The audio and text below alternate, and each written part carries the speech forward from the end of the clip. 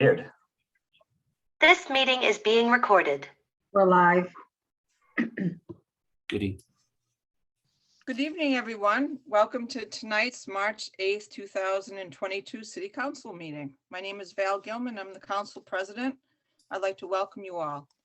In the interest of government transparency with regards to deliberations and decisions made by the City Council in accordance to open meeting law, since this meeting was posted as a Zoom meeting, this meeting is recorded by video and audio and will be conducted by remote participation. Additionally, all votes taken by the City Council during this and future remote meetings will be by roll call vote. If you're calling in on a phone, and you can press *9 to request to speak. If you're watching on a computer or device, there's a raised hand button that you can tap or press to request to speak. Please use either of these options during oral communications to be recognized to speak. I'd like to announce the counselors that are on the call. If you'd raise your hand as I call you, that would be great. I'll do it in the order of the roll call tonight, which is going to start with Councilor Nolan, Councilor O'Hara, Councilor O'Neill. Tracy is here. Tracy, do you have your video? Councilor Worthley. Good evening, everybody. Councilor Gross. Hello. Councilor Majota. Hello. And Councilor Memhard. Good evening, everybody. And Councilor Grow. Here. So we have all 9 members of the City Council here tonight. So I'd like to also welcome our mayor, Greg Verga. Welcome. And we have our city clerk, Joanne Sinos. And right now we have 56 participants. We have John Dunn, who is our CFO, calling in tonight, and also Jill Cahill, who is on the phone. Both are having some transmission problems right now, but they're on the phone and listening. So before we begin, I just would like to ask that we have a moment of silence and just to reflect on what's happening on Ukraine, the lost lives, the challenges of refugees, and the brave civilian soldiers who are holding their ground in Ukraine to defend their country. So let's take a moment to just reflect on what's happening.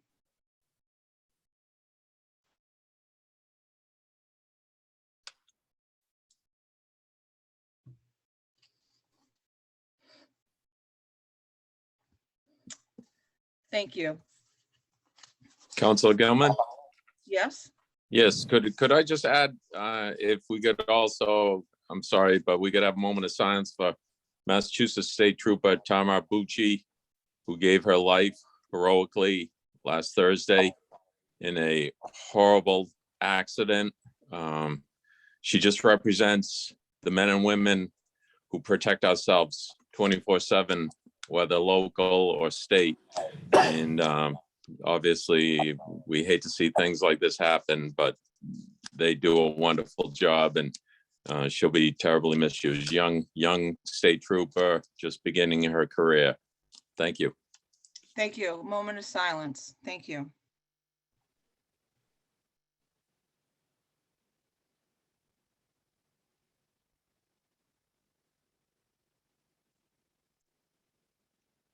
Thank you. I'm going to, without objection, take a matter out of order. I request that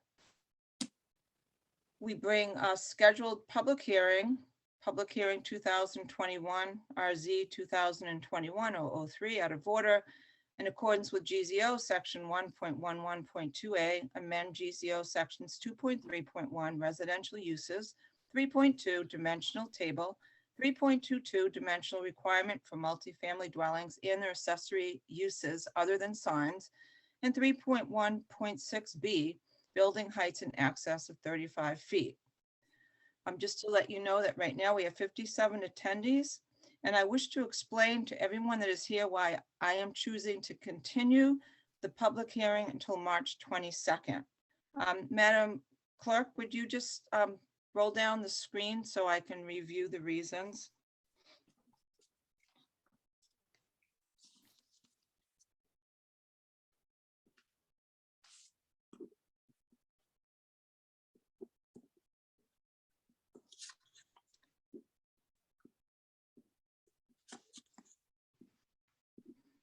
Councilors, are there any other members of city staff that are on the call? Have you seen anyone else?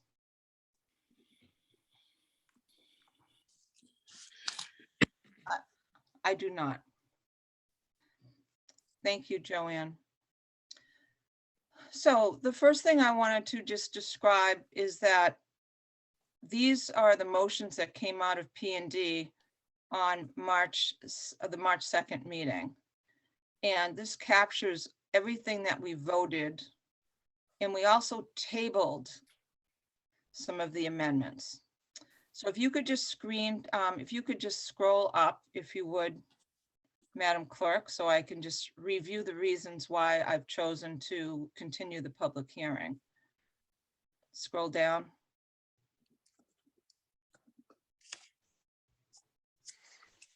Great, here we go. All right, number one, our council rules of procedure, Rule 3, Item C states that the city clerk shall arrange delivery of the agendas and council packets to the city councilors on the Friday preceding the regular council meetings. The 5.5-hour P&D meeting, which occurred on March 2nd, 2022, was a 23-page document. It was huge, and there was a lot of work that was taken to make sure that it was accurate. And it was not delivered electronically to the city councils until 9 a.m. on Monday. So it's in my opinion as the city council president that this wasn't an inadequate amount of time for the council and the public to review the detailed discussion and committee recommendations from our March 2nd, 2022 P&D meeting. Second, there was also some procedural confusion voiced by members of the public as to what would be covered at today's public hearing. If you would scroll up, Joanne, that would be great. Questions included, would there be presentations and testimony on all of the 9 proposed amendments, or just the committee recommendations out of the March 2nd, 22 P&D meeting? In addition, several of the 9 proposed zoning amendments were further divided into several independent amendments at P&D. And third, as you will always read in our published public hearing notices, that this particular one was posted November 29th and December 6th, 21, states that the council president reserves a right under the law to reschedule the date for this and any other public hearings at any time, provided that the applicant and the public are notified as quickly as reasonably possible.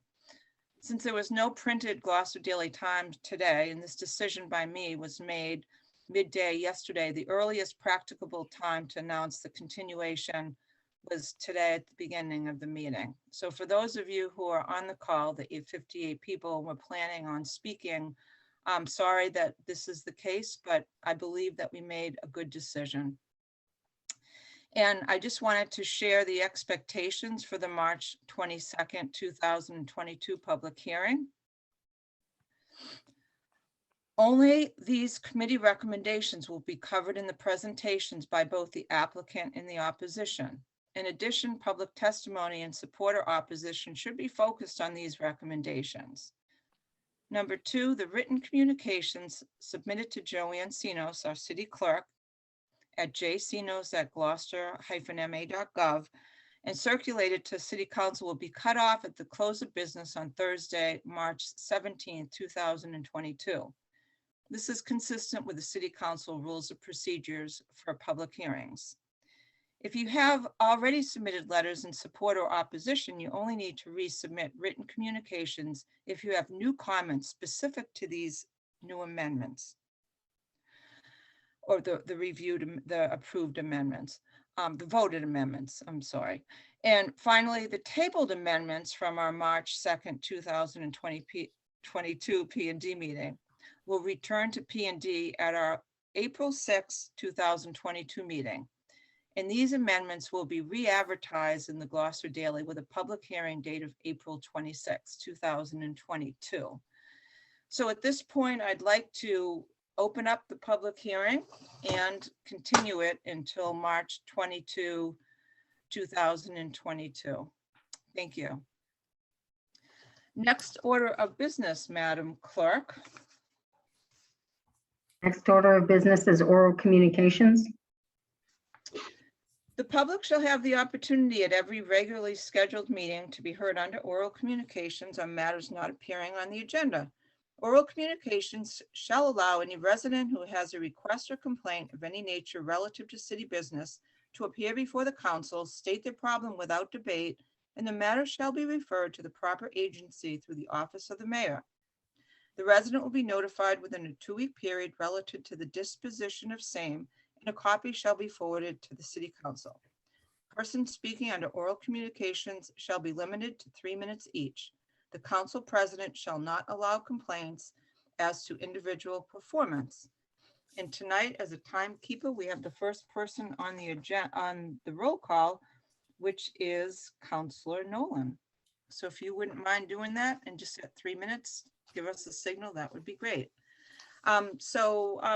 We have a show of hands already. This is great. So let's ask Joseph Muse to come in and introduce yourself and your address, and welcome, Joseph. Thank you. I'm going to be brief. I just am opposed to the, and I guess you're not voting on it. So I'm Right, opposed so to the, we're continuing the public hearing on the amendments until 2 weeks from now. So we hope that you'll be able to return in 2 weeks. and I also have one other item in terms of potholes. Okay, There's one on Union Hill that is very dangerous, and I hit it, and I just had my car aligned about 4 months ago. So it would be wonderful if somebody could fix it or fill it, or I don't know. thank you. You're welcome. I encourage you to attend a presentation we will be having at our next meeting at the beginning of the meeting by Mike Hale, our Public Works Director, and he'll be speaking about private road repair, the betterment process, and how it all fits together. So we'd really appreciate if you came and listened to that in 2 weeks. And if you can't, you can tune in and watch it on Zoom the following day. So thank you, Joseph. That's on private roads. Yes, it is. Well, Main Street is, I don't know. Main Street is not private as far as I know. I don't know. Okay, well, I would suggest that maybe tomorrow you speak to your ward counselor, and your ward counselor can help you navigate the process. Okay, thank you very much. All right, thank you for being here. Appreciate it. Next hand that's raised is Steve Aiello. Hi, Steve. Introduce yourself and your name. I mean, your name is Steve and your address, please. Thank you. Hi, good evening. Can you hear me? Can you be a little bit louder? Sure. How's this? Is this better? A little bit better. Thank you. Okay. It's Stephen Aiello, 22 Linden Road. First of all, I want to thank you all for volunteering your time for what arguably can be a very, very thankless job. It's a big commitment, and you have to make a lot of sacrifices, as you are all well aware. It's been quite some time since, I believe it's been quite some time since the mayor and the city council and the school committee salaries have been addressed. So at this time, I'd like to request of the administration a survey done by the Human Resources Department of similar sized cities in regards to the salaries of the mayor, the city council, and the school committee members. And if that could be done and done prior to, rather quickly, because I believe, I'm not positive, but I think the city charter says any raises have to be approved 18 months before the next term begins. So again, at this time, I'd just like to request of the administration that they do a survey, studying that, and then make recommendations back to the city council. Thank you, Steve. Okay, thank you. Have a good night. You too. June Roberts has her hand raised. June, would you introduce yourself and your address, please? You're muted.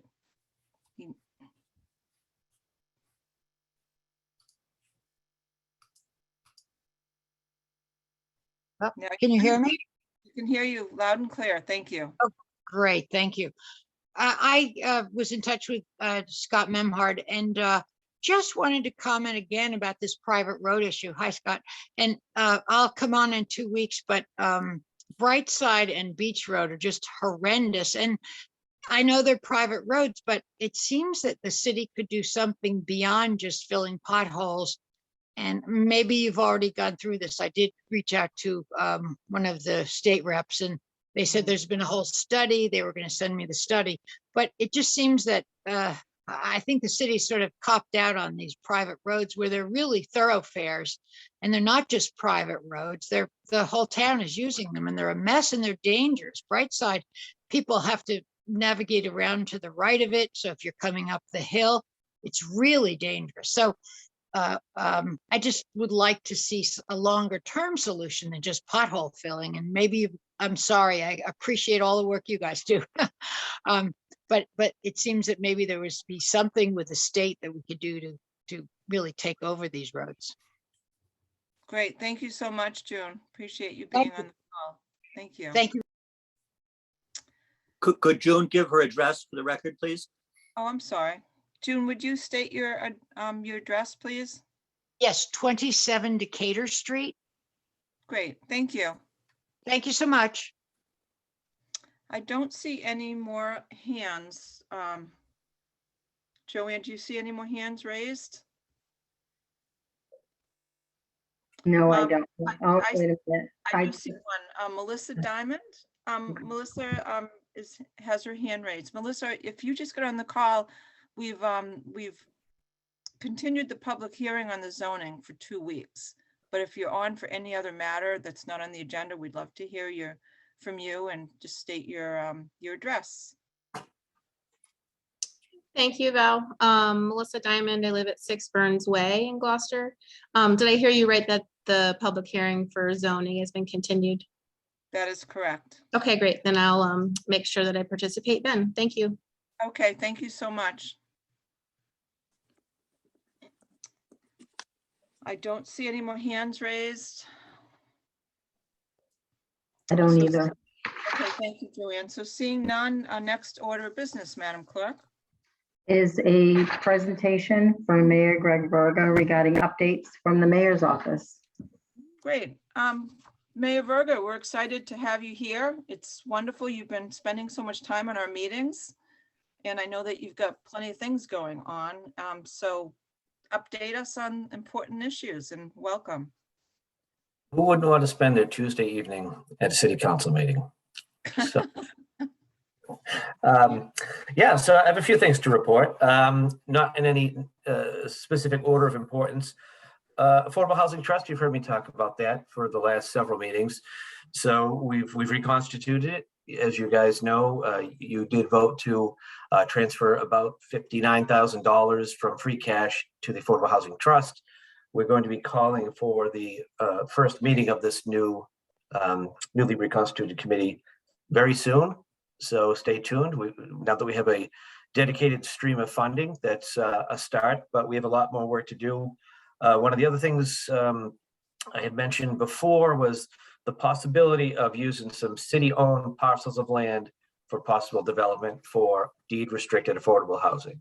So that'll be part of the discussion going forward. I'll be meeting with Greg Catamatori, I believe, sometime next week to go over some of the parcels he's identified throughout the city and see what we might be able to do to make that happen. Going through some nonprofits or some developers who are willing to, get the property for below market rate, with the trade-off being that deed restriction. Permanent deed restriction is what I'll be pushing for. ARPA updates, we're going to be starting the process of listening posts throughout the city. We want to have members of the newly reconstituted CIAB, as well as the EDIC, involved in these discussions throughout the city. And that would also include ward councilors and city councils in general. We want to get a feel for what the residents see as the best use of that money at about $23 million that's been awarded to the city. So for ARPA specifically, we want to make sure that we look at this very carefully. We've been very reluctant to issue awards, whatever word you want to call it, piecemeal. We've been asked by some department heads and others And we just don't think that dribs and drabs are gonna be the way to do it. We want a holistic approach that makes the most sense for the most people. So again, CIAB, we're down to the need one more member. As I mentioned, every time I sat down with you guys, there were only 4 members for the 7-member board. 2 of those members have since resigned, but we got that refilled. We're at 6. We need one more. Just public councilors, if you know anybody who might be a good fit, have them reach out to the mayor's office. We are also seeking a member for the EDIC for their term ends in July. The one opening will be in July. Kiosks, as you guys know, the kiosks are still not working as wonderfully as we hoped. I inherited this situation, but I take full ownership of it now. The job is to make sure we can get them up and running, but until we have full confidence that they are working consistently, we have put all of the fees on hold. If you go to the kiosk now and you hit the button to activate it, a message will pop up saying something to that effect. I don't know the exact wording, but something that no fees at the moment.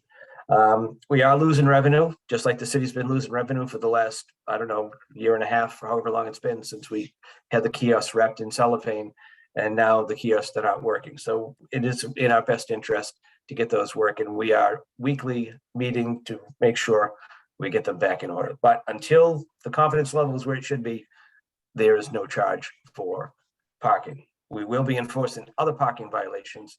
So I just want people to know that. Please don't park in a crosswalk at a handicap spot. You want to take questions as they come up, Yeah, Madam? go ahead. If that's okay, with the council, let's, Councilor Grow has his hand I raised. just wanted a clarification. Is all parking including meters, or are meters still gonna be in operation? As far as I know, there aren't any meters left. Oh, they aren't, okay. Yeah, I'm pretty sure they've all been hauled away. So, No. but No, sorry, Mayor. There are meters still on Railroad Avenue okay. in front of Oh, in like front this, the there's subway subway? and stuff. Okay. So yes, that's a different story, Jason. Yeah, so the kiosk will not be charged. And but as I said, all other parking violations, including our anti-shuffling law, will be enforced. So I think that covers that. Oh, and there's the parking ordinance review being done right now by Chip Payson, because over the years, as past councils, including the council I was on, added resident-only parking or no parking here or whatever, all these different rules, the ordinances didn't necessarily keep up with it. So Chip's doing a thorough review of all that. We'll hope to get those back in order, because technically you can't be charging people if we have an ordinance to back it up. So we'd like to roll those out. Kiosks working 100%, or at least mostly working, and up-to-date parking ordinances. Summer planning, summer is right around the corner, thank God. And we are going to be having regular meetings with the relevant department heads to make sure we are ahead of the game. That includes being on the lookout for any potential traffic issues, other summer plans, events that are going to be coming up. So we don't want to be surprised. We want to make sure we have a successful, safe summer. Affordable housing we talked about. The caller mentioned the private public road issue. You have Mike Hale, Val, you mentioned being will be coming at your next meeting in 2 weeks. He'll sort of give a overview of where we are. And my goal is to create a task force. People look at task force as just a stall tactic, but it's, I think, the best way to go forward with this, to look at the public-private road issue, which has been an issue forever. We do have a lot of miles of private road, and we have to figure out what we can do now legally, what we can do with some changes to ordinances, what we can do with some relief from the legislature, and then figure out how to tackle it. We are not, just to be clear, we're not going to be starting doing wall-to-wall paving of private roads immediately thereafter, but there's got to be something between no pothole repair and wall-to-wall paving, and that's where we need to get in the short term. Any questions so far? Councilor O'Neill. Yes, Mr. Mayor, thank you for coming. The first thing I think you mentioned was you were going to have a meeting with some people, and I wasn't quick enough to get it, to develop deed restricted housing on city-owned land. And Who's that with and when's that happening? Well, it's, the conversation is going to be with the Affordable Housing Trust. Oh, no. I'll be meeting with Greg Catamatori, our Okay. planner, to figure out what parcels we actually own. And so we're not talking like big fields or other places. These are like little onesie choosy lots we own throughout the city that we've owned over the years. So that exist in neighborhoods that already have houses, as opposed to clear cutting a forest. Right. So to see where we might be able to, spin this off to a developer or a nonprofit who will build a single family or a duplex with deed restricted, with the deed restriction for affordable housing. Right, so the And- meeting is gonna be just you with you. Well, it and- will be, the first meeting will be basically my office to figure out what we have with just Greg and other staff. And then it'll Okay. be kicked up to the Affordable Housing Trust to take it to the next steps, which obviously will be public meetings. And, we can see what the possibilities are. But we can't attack the affordable housing issue if we don't attack the affordable housing issue. And this is where my administration decided to get started. Right, so I apologize, but I'm obviously new at this. After you meet with Greg, it goes to the Affordable Housing Trust and that's a public meeting. Does it reach the city council at all or does it just? Eventually, let's just say there's, I don't know, 10,000 square foot lot somewhere. This is, Yep. this is not based on any specific law. I'm just talking generalities. Careful, And we Greg. say- Where'd that come from? No, okay. Sorry. And we identify a lot and we say, that looks like a good candidate. Ultimately, it's got to find its way to the city council to declare it surplus and create the process to spin it off for the purpose I'm talking about. So to answer your question, yes, ultimately, things go to the council before somebody starts pounding nails and pouring a foundation. Well, okay, so the Affordable Housing Trust, that is a public meeting and it will be advertised on the city website? Yes, they are a Okay. longstanding commission board of the city council of the Okay. city. Okay, thank you very much. I saw some other hands go up. Jeff Worthley. Yes, thank you, Madam Chair. Thank you, Mayor Verga, for gracing us with your presence tonight. You mentioned that there are two committees that need some more people on them, and I see we have 52 people in attendance. You use some initials. I'm a big fan of being clearer that the CIAB is a capital improvement advisory board, which we depend on and you depend on for hundreds of millions of dollars of capital improvement projects, and the EDIC being the Economic Development and Industrial Corporation. Just to make sure, one, I got those right, and two, that you're still looking for people to fill those positions. Right, we have one current vacancy on CIAB. We just refilled it with 4 or 5 new members.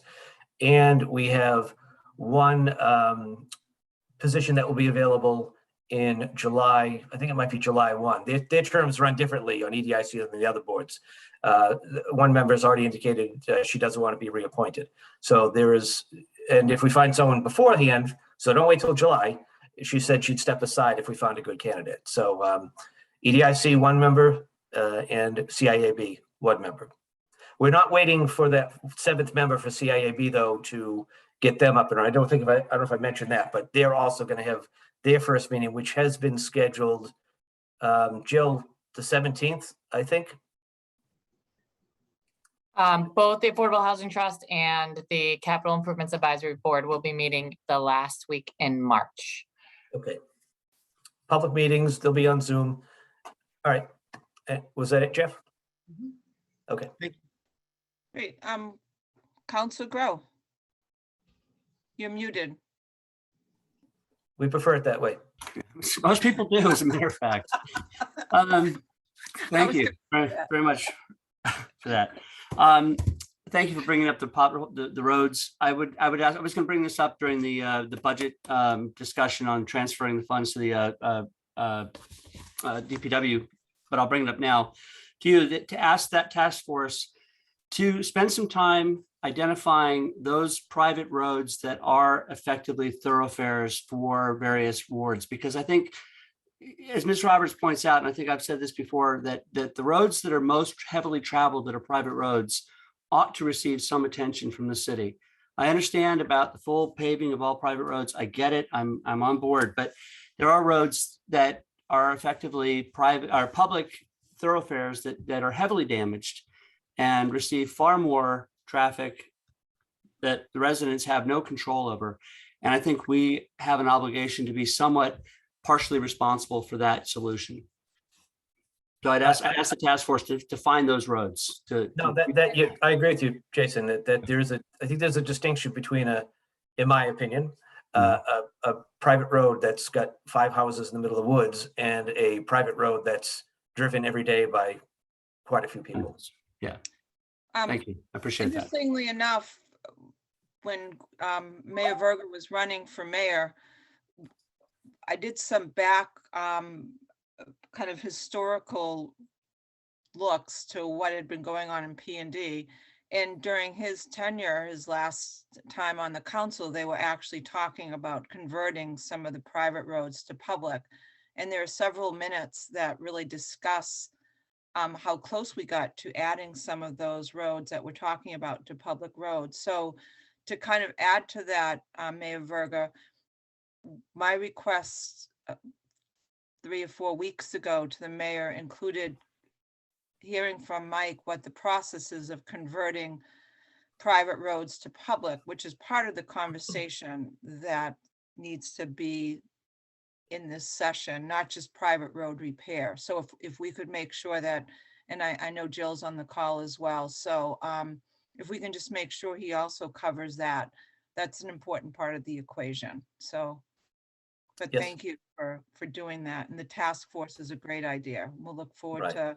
to Mike's presentation. He did that last to the counselors and back in, I think it was 2018.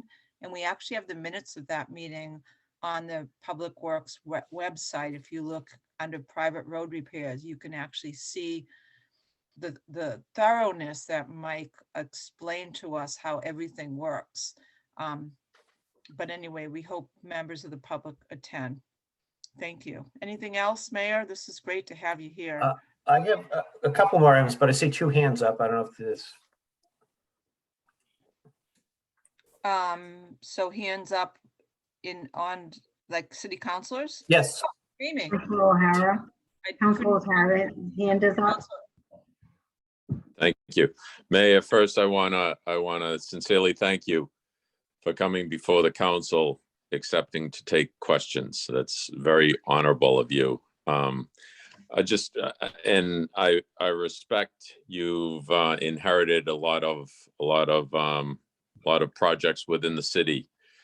Dealing with the kiosks, is it possible that we look at possibly purchasing some quote bags, similar to what Rockport has, because I'm sure obviously right now we have a problem.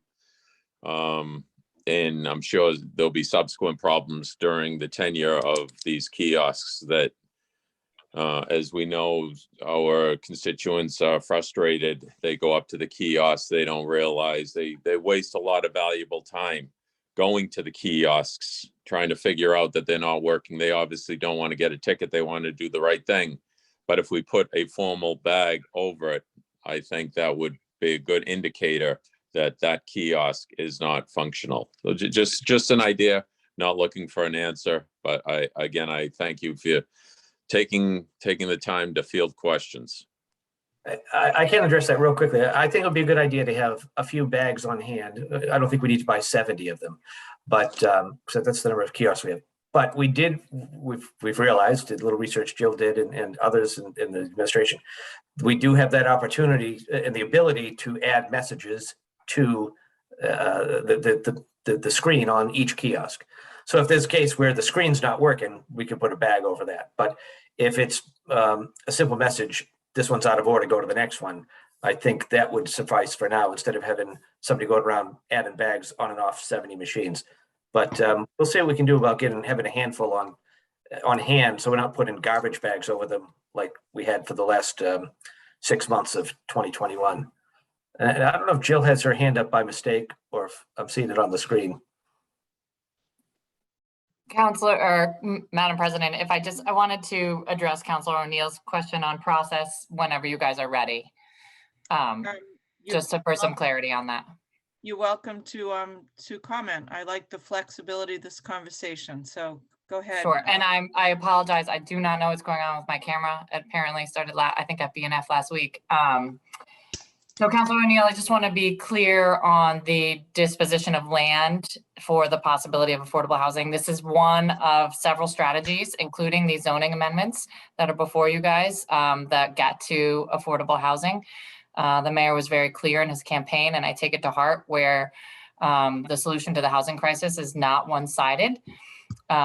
It's going to take efforts in many directions. And specific to this concept of the use of city land for the potential of building deed restricted affordable housing, there are several steps involved in that. The first step is this internal meeting with Greg Catamatori.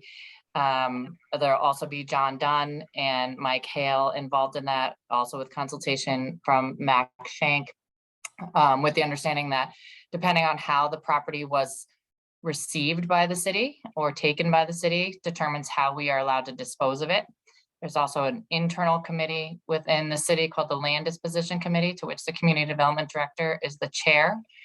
Those are not public meetings, those are internal meetings. They make recommendations to the mayor about the disposition of land, and that would have to go, any decisions or recommendations would go first before them. The mayor makes the final decision, and then that decision comes before city council and P&D. As community development director, I sat in front of many P&D meetings related to this. Any person in the community is also welcome to petition the city for the disposition of land. City clerk can talk you through that process as well. So there's the disposition of land piece. You know, there's a lot of relationship building with Habitat for Humanity, which some folks on this call know have had a up and down relationship with the city of Gloucester. And others who are do a lot of good work in the establishment of building affordable housing. And we're looking to the Affordable Housing Trust to get much more engaged in this discussion and the strategy and advocating for affordable housing. So I just wanted to make sure you realize, Councilor O'Neill, it's a much longer process. I get what you're getting at. You're wondering where the public has the opportunity to participate. There'll be many stops along the way. But I wanted to make sure you were clear that it is, it's not a decision that's made in the mayor's office and a deal that we make with a developer or anything like that. There are many stops along the way at the city council. We may not dispose of land without going through city council. So many stops along the way. Happy to, if you want to have a meeting and go through the process more thoroughly, but this first meeting is really just to see what are we looking at, what would and each parcel has a different process. So just want to make sure you were clear on that. So Great. Thank happy you to help. very much. Thank you. Thank Appreciate you it. very much. Council Memard has his hand up. Yes? Yes, thank you. Mayor Verga, I just wanted to make one minor clarification on a comment you made about transferring, which we'll be voting on later tonight, the approval of, but transferring $50,000 from our general fund into the Affordable Housing Trust. To be clear, that's actually revenue that the city has received through a impact fee that was implemented, approved by the city council and on the recommendation of Councilor Cox last year. And this is now an impact fee from short-term rentals, Airbnbs, which the state manages and deposits into our general fund for us on a regular basis throughout the year. So this is an income stream from short-term rentals that has been dedicated and directed towards our Affordable Housing Trust funding. Yeah, thank you for the clarification. I believe I mentioned that last time we met, that this was a dedicated, that was the intended target for that tax, was to go to the Affordable Housing Trust. It hasn't been fulfilled as of yet. So this is the first time we're actually fulfilling the promise of directing that money into the trust. You know, 58,000 and some change, not a lot of units we're going to buy with that, but it is a start, and it is just the beginning. I do have a couple more items. I'll be try not to bore you guys to death. I met with, is a bit of good news, and thinking of summer, I met with representatives from the Fiesta Committee today.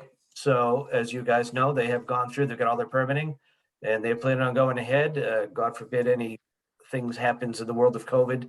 But after a 2-year hiatus, Fiesta will be back this year. I also met with the Gloucester 400 committee. They've got some plans underway, and the fundraising is going to be restarted very soon. One thing they asked is that we try to do some promotion. If you think of it, if you have a Gloucester related post, always put hashtag Gloucester 400 just to help spread the word a little bit. So stay tuned. A lot of exciting things with them. Something very exciting coming up. A fundraiser with a high profile guest speaker, and I was sworn to secrecy. So stay tuned on that one. And finally, I saved the best for last. All the stuff we've been talking about, it's basically been myself and Jill and Dana sort of as a part-timer in the office, trying to, spin these plates and juggle whatever metaphor you want to use. We are now at the point where we are fully staffed. We have made extended offers and had them accepted for both our executive secretary and our director of communications and constituent services. So Pam Toby, some of you guys, if not all of you, are aware of from the CPC, has accepted the job. She's been working with the state treasurer, Deb Goldberg, since she took office 7 or 8 years ago. So she'll be joining us in about 2 weeks. And Melissa Gillis, who up until tomorrow was working with the HR department. So sorry to the HR department that we poached one of your good employees, but that's just what we did. And so we're going to be back in business. And please stop by the office because we did some rearranging. The main entrance is now what was Krista Carranza's office, is our lobby. So that's all I have for info updates. If there are any final questions, I'm happy to answer them. I just have a closing comment. It was really nice to have this casual conversation with a little bit of back and forth. It's something that I think we all value. And it's really wonderful that you're here and having this type of frank conversations about important issues to all of us. So thank you very much. You're always welcome, Mayor Berger. Great, thank you. It didn't come out like a when the Prime Minister speaks before Parliament, when it gets a little testy. So it was Give it time, Greg. Give it time. Jason's got the English connection. He knows. Okay. Order. Thank you. Gilman, Frank Majorda, Council Majorda has his hand up. Oh, go ahead, Frank. I'm sorry. Councilor. No worries. No worries. One quick question. With the recent power outage that Ward 2 and Ward 3 had, I guess my question is, what are the steps, or who do I contact to find out exactly, if residents are calling me, like what answer can I give them? Do I contact, we can sidebar this, but like, do I contact you, Mayor Berger? I just want to make sure I'm able to give the people the right answers when they're calling me at 9 or 10 o'clock at night when the power's out. One thing I learned from my very first day in office when we had the big power failure is that they should go to ngrid.com or is it NatGrid?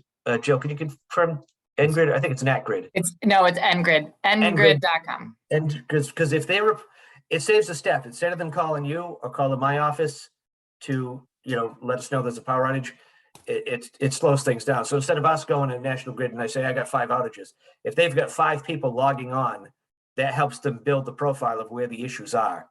So that would be my first piece of advice, is have them contact National Grid first.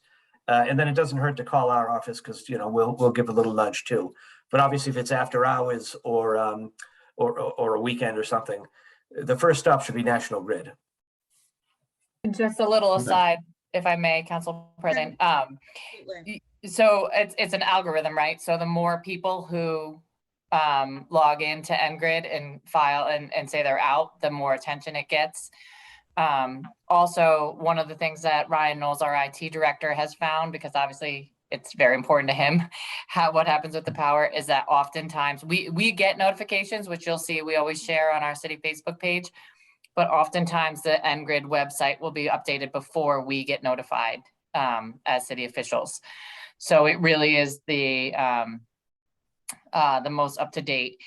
The only times that we have kind of specific access to them is in a huge storm where they activate what they call community liaisons and things like that. So, a major storm, they elevate our access to them, but in general, it's really important that the residents interact with the NGrid website, because that's the algorithm that sets their response teams off. Yeah. Councilor Majota, that's a great question. And where we have 5 new counselors, just to let you know what I've always done. I've always sent out before a storm's going to happen, that number. And there's also a number for people that might have additional problems where they need oxygen and they need more attention. So there's actually a specific number to call, for them to call, to report that as well. So they get a little bit more attention as well, which is really awesome. So that's kind of part of the process, just making sure people know the number to call, how it works. And then what I typically do is I just show updates. We had a power outage 2 years ago that lasted 4.5 days here in Ward 4. And every day there was some more work that was being done, but we just kept showing the screen that showed the little worker and where they were stationed, and that was really helpful. But I know in your case, this was not related to a storm. I was in City Hall when the lights went out last week on the Dogtown Advisory Preservation Committee call, and I was in the small conference room, and I got to tell you, it was pretty scary. All of a sudden, all the lights went out. And I thought maybe it's just going to be for a couple of minutes. So I just stayed on the call for about 20 minutes in the dark. And then I had to leave the facility. But it's kind of a big building. But anyway, enough about me. Thank you, Mayor Berger. I really appreciate it. And thank you, Joe Cahill, for participating as well. Before we get to the next order of business, I just want to comment there are 5 new people that are on the call. And I want to make sure that you are aware that we've decided to continue the public hearing for the zoning amendments.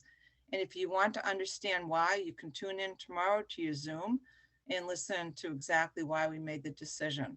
So I just wanted to make sure that you were aware of that. We announced that early on in the meeting. Thank you. Next order of business, Madam Clerk. Order of business is the confirmation of new appointments. Thank you. And we'll turn the meeting over to Sean Nolan, who is the chair of O&A and our vice president of the city council. Thank you. Thank you, Madam President. So first up, we have for the Board of Health, we have Kelly Highland. Kelly, are you available? Yes, I'm here. How are you doing tonight? You just want to give us a little quick description of yourself and why you want to be on the Board of Health to the rest of the council? That'd be excellent. Sure. So I was a public health nurse for the city of Gloucester for 6 years up until July of 2021. So I'm very familiar with the role and responsibilities of a Board of Health. I currently work for North Shore Community Health Center as the Community Programs and Immunization Nurse Manager. So I'm still very much involved in Gloucester in doing health promotion, education, outreach, especially for our most vulnerable populations. So I am very passionate about public health still and grateful for the opportunity to serve the community again in another capacity. Excellent. Thank you, Kelly. Is there any questions or comments from the council on this? Councilor Gilman. I just want to state that Kelly is a phenomenal nurse with a great reputation, and I'm just delighted to see that Mayor Verga has recruited a person that has that background, and I'm really excited that you're in the process of being appointed. So thank you. Thank you, Val. Is there any other councilors that would like to comment or have any questions? Councilor Memhard? I'd just like to echo Councilor Gilman's comments. Kelly, thank you so much for your past service to the city. You've been through a traumatic experience with us through COVID, and we appreciate your guidance and support and help. And it's just wonderful that you're going to be back on the Board of Health, but in a different capacity. And I can only imagine that everybody else in that department and on that committee will be thrilled to have your participation and support and involvement again. So thank you, thank you. Yes, thank you. Thank you, Councilman Memhard. Anybody else that'd like to make any comments or questions? All right, hearing none, I'll read. Sean, could I? Of course you can. I'm sorry, I Yeah, didn't see thanks. hand raised.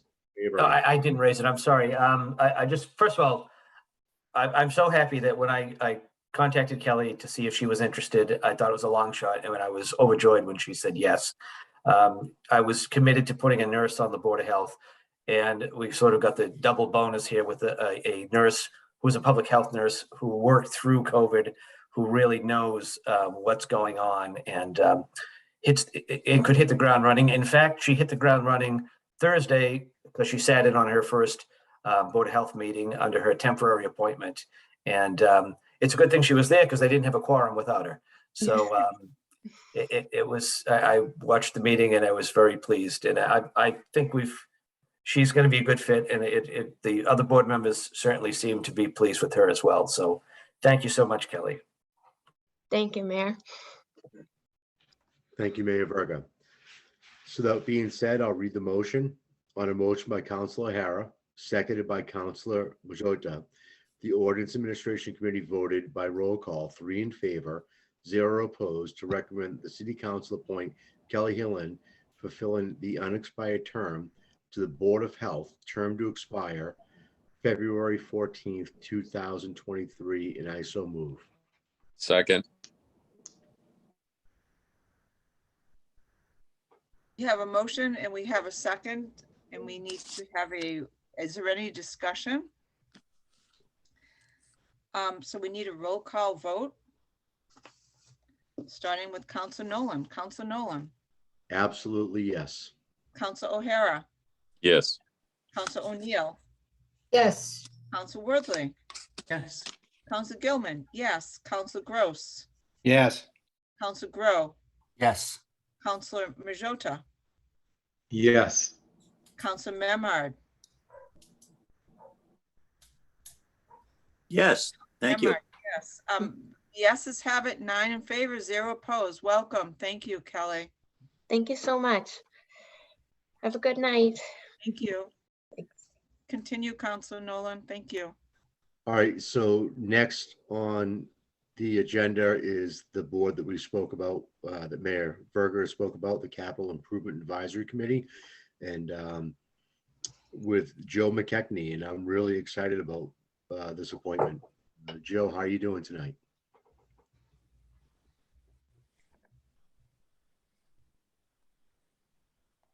Can you hear us now, Joe?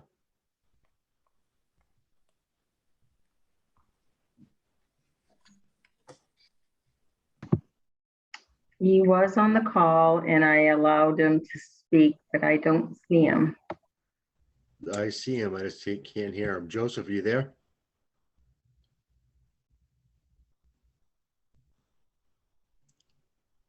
All right. Hey, Joe, how you doing tonight? There we go. Okay, great. Sorry about that, guys. I've been No, sitting there, I've been watching the show for the last half an hour or so, so I don't know. Oh, it's a great show. The ratings are high. Yeah. Okay, well, here we Joe, go. if you- What can I if do you for just you? Tell us a little bit about yourself and why you want to be in the Capital Improvements Advisory Board. Well, I won't take too long, but it's a long story, as you know. My family has been in Gloucester for nearly 400 years, if not more. It's hard to tell back that far away, but I myself have lived there on and off for the last 64, having spent a 23-year career in the United States Coast Guard, which I'm now retired from. Following the Coast Guard career, I did 10 years with a major international liquefied natural gas company, managing 19 LNG carriers worldwide on a budgetary compliance basis, managing their budgets, managing their safety and security. And I don't know, enough of that. Then a stint in London, and then again another one in Paris, and decided to leave that after 10 years. That was enough. That'd do anybody in. Following that, I had my own consultancy business for the last 10 years, but now I've pulled that shingle down and am fully retired. And I feel as though I have the time and expertise to assist in the CIAB. So here I am. Well, excellent. We actually really appreciate your time and your knowledge. Is there any questions from any counselors tonight or comments for Joe?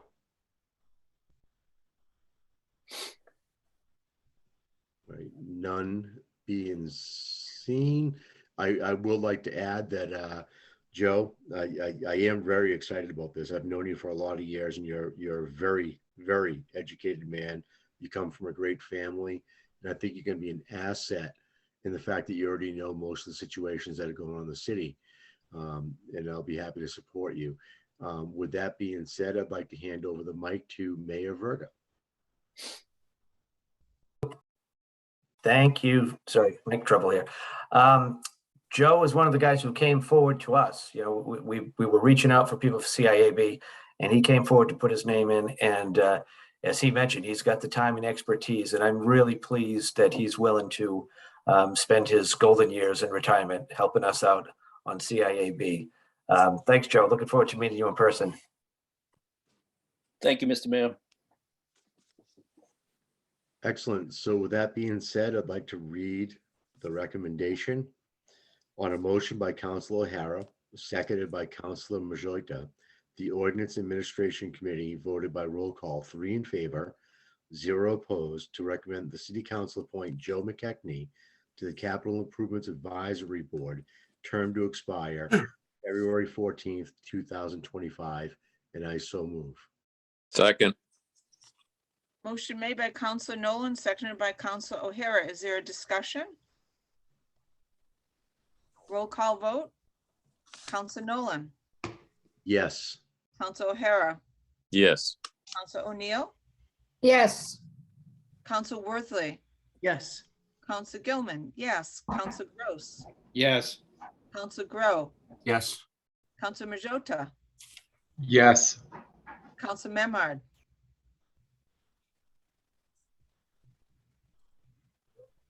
Counselor Memard. If you hear us, Yes. can you? We got it. The yeses have it, 9 in favor, 0 opposed. Welcome, Joe McKechnie. Thank you. Thank you, Joe. Thank you all. I appreciate it very much and look forward to serving. I'll Thank wish you all good night. Good night. Thank you. Thank you. Counselor Nolan.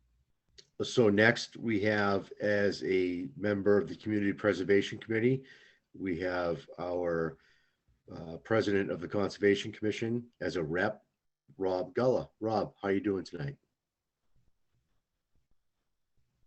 I don't see him on the call. All right. In all fairness, Rob Gullah is no stranger to the city or to the council, and he's already on the Conservation Commission.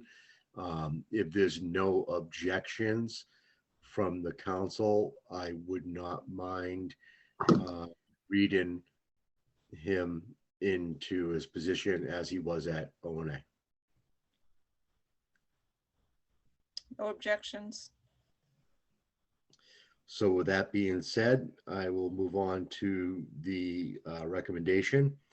On a motion by Councilor O'Hara, seconded by Councilor Majota, and the Ordinance and Administration Committee voted by roll call 3 in favor, 0 opposed, to recommend the City Council appoint Robert Geller, Conservation Commission rep, to the Community Preservation Committee, term to expire February 14th, 2025, and I so move. Second.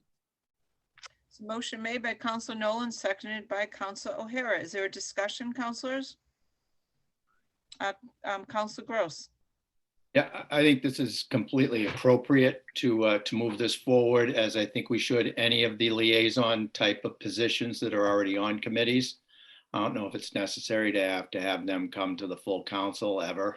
They've already been approved for their primary position, and this is the secondary position they have to fill by charter or by ordinance on the CPC. So I very happy to move this forward. So. Thank you. Roll call vote. Council Nolan, Absolutely, yes. Council O'Hara, Yes. Council O'Neill, Yes. Council Worthley, Yes. Council Gilman, yes. Council Gross, Yes. Council Grow, Yes. Councilor Majota, Yes. Council Memhard. Yes, and thank you, Rob, for your service. The yeses have it, 9 in favor, 0 opposed. Thank you, Rob. Continue, Council Nolan. Thank you. So next, we have on the Fisheries Commission, some new blood. Michael Goodwin. Michael, are you on tonight? I don't see him on.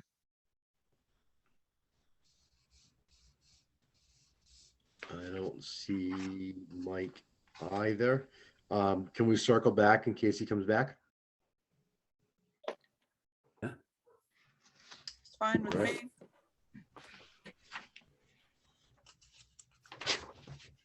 All right, so next up, we have James Gelati, who would be filling in the ZBA as an alternate to full member. James, you with us tonight? Actually, I do remember James saying that he was not going to be able to make it because he is on vacation. He did speak at O&A. I know James, and he's been an alternate member on the ZBA, and he's being made to a full member and said he wouldn't be available tonight. This one, again, without exception with the council, I wouldn't mind reading the motion for James to go to the ZBA.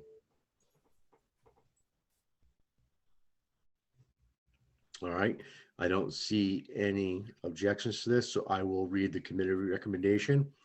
On a motion by Council O'Hara, seconded by Council Majota, the Ordinance Administration Committee voted by roll call, 3 in favor, 0 opposed, to recommend the City Council appoint James Gelati, alternate to full member, to the ZBA, term to expire 2/14/25, and I so move. Second. The motion made by Council Nolan, seconded by Council O'Hara. Is there discussion? Roll call vote. Council Nolan, Yes. Council O'Hara, Yes. Council O'Neill, Yes. Council Worthley, Yes. Council Gilman, yes. Council Gross, Yes. Council Grow, Yes. Council Majota, Yes. Council Memard. Yes, Yeses have it, 9 in favor, 0 opposed. Welcome. And that concludes the appointments. Council Gilman? Yes, go ahead. Oh, we're going to circle back to somebody, right? Yes, we were going to circle back to Okay. Mike Goodwin, who still is not available tonight. He is 100% new to the council.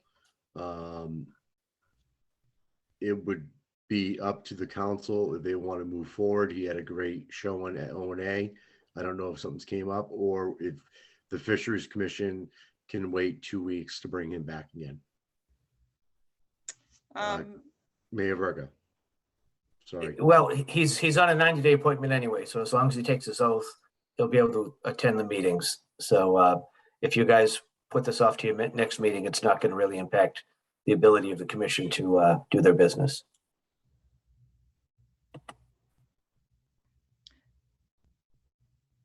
So I'm in favor of holding on his final appointment, understanding that he has 90 days where he can serve and fulfill a quorum if needed on the Fisheries Committee. That's my opinion. Anyone else Excellent. have an objection to that? Okay, see none, we'll hold on him until the next meeting.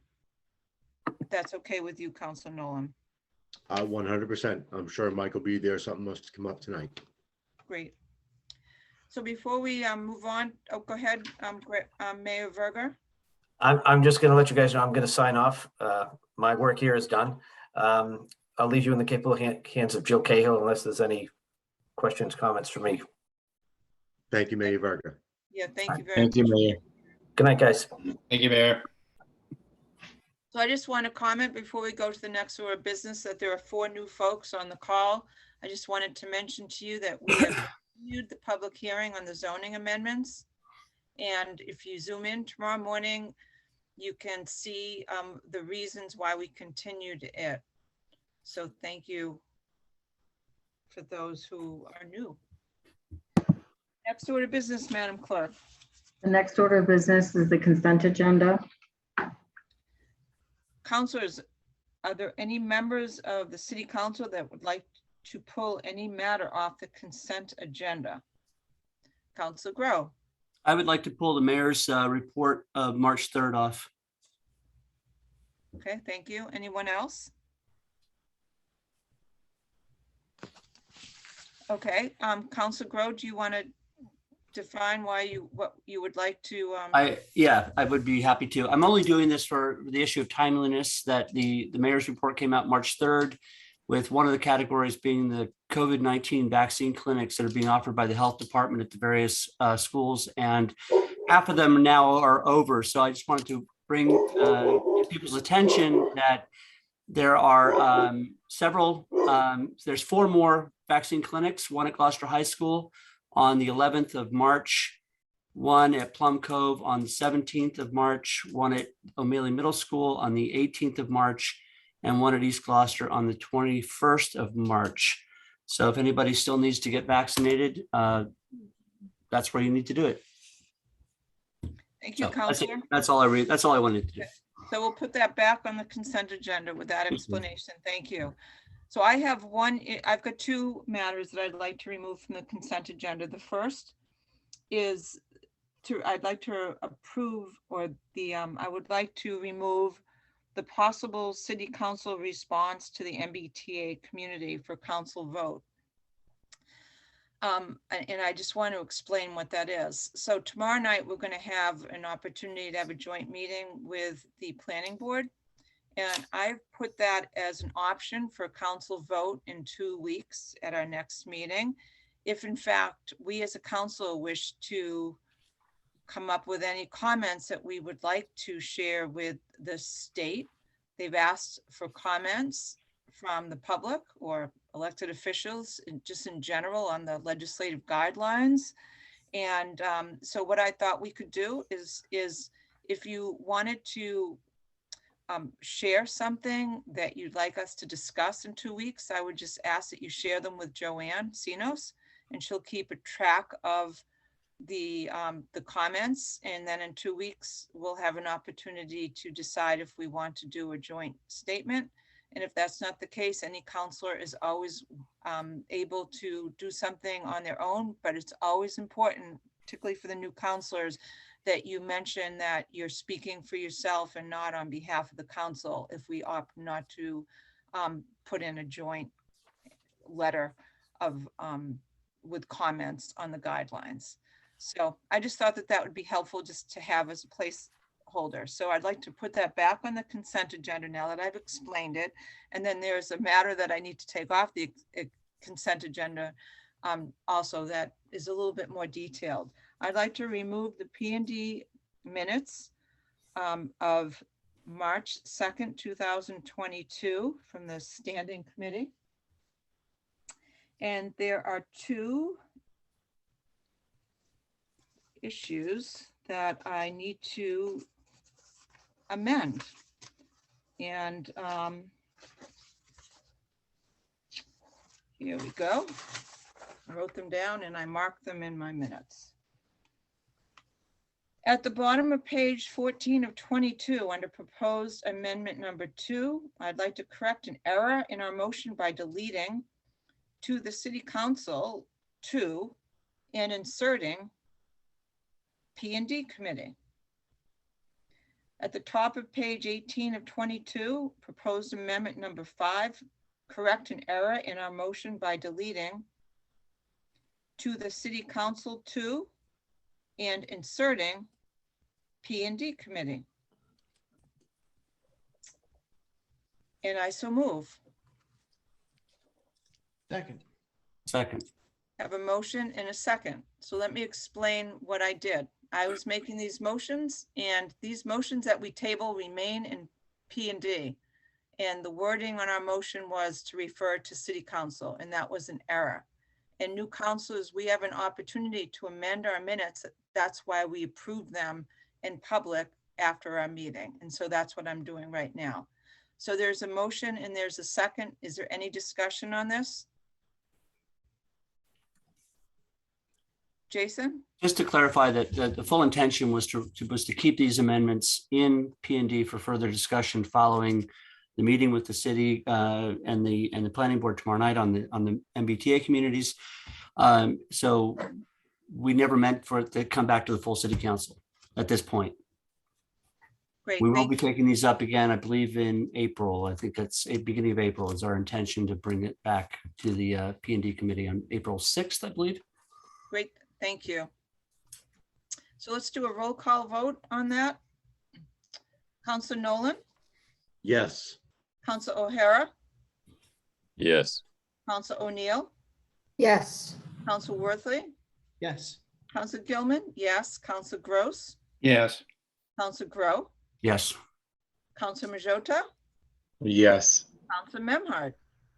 Yes. Thank you. Yes, have it, 9 in favor, 0 opposed. Thank you. And now we're going to go back to the consent agenda. Is there a motion to approve the consent agenda? Just Go ahead, Council Gross. on your conversation, well, we can make the motion and then I'll talk about it after the emotion. Okay. Is there a motion to approve the consent agenda? So moved. Move. Seconded by Council Memard. Second. Yeah. Is there a discussion? Yes, on the part about the communications to the TOD, I did speak with the Mass Municipal Association, one of their representatives yesterday. It was brief because I had the harbor plan meeting and he called me at about 5:30, so I couldn't.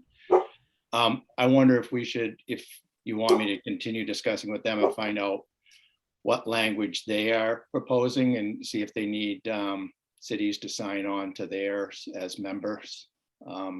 Is that something we want to pursue?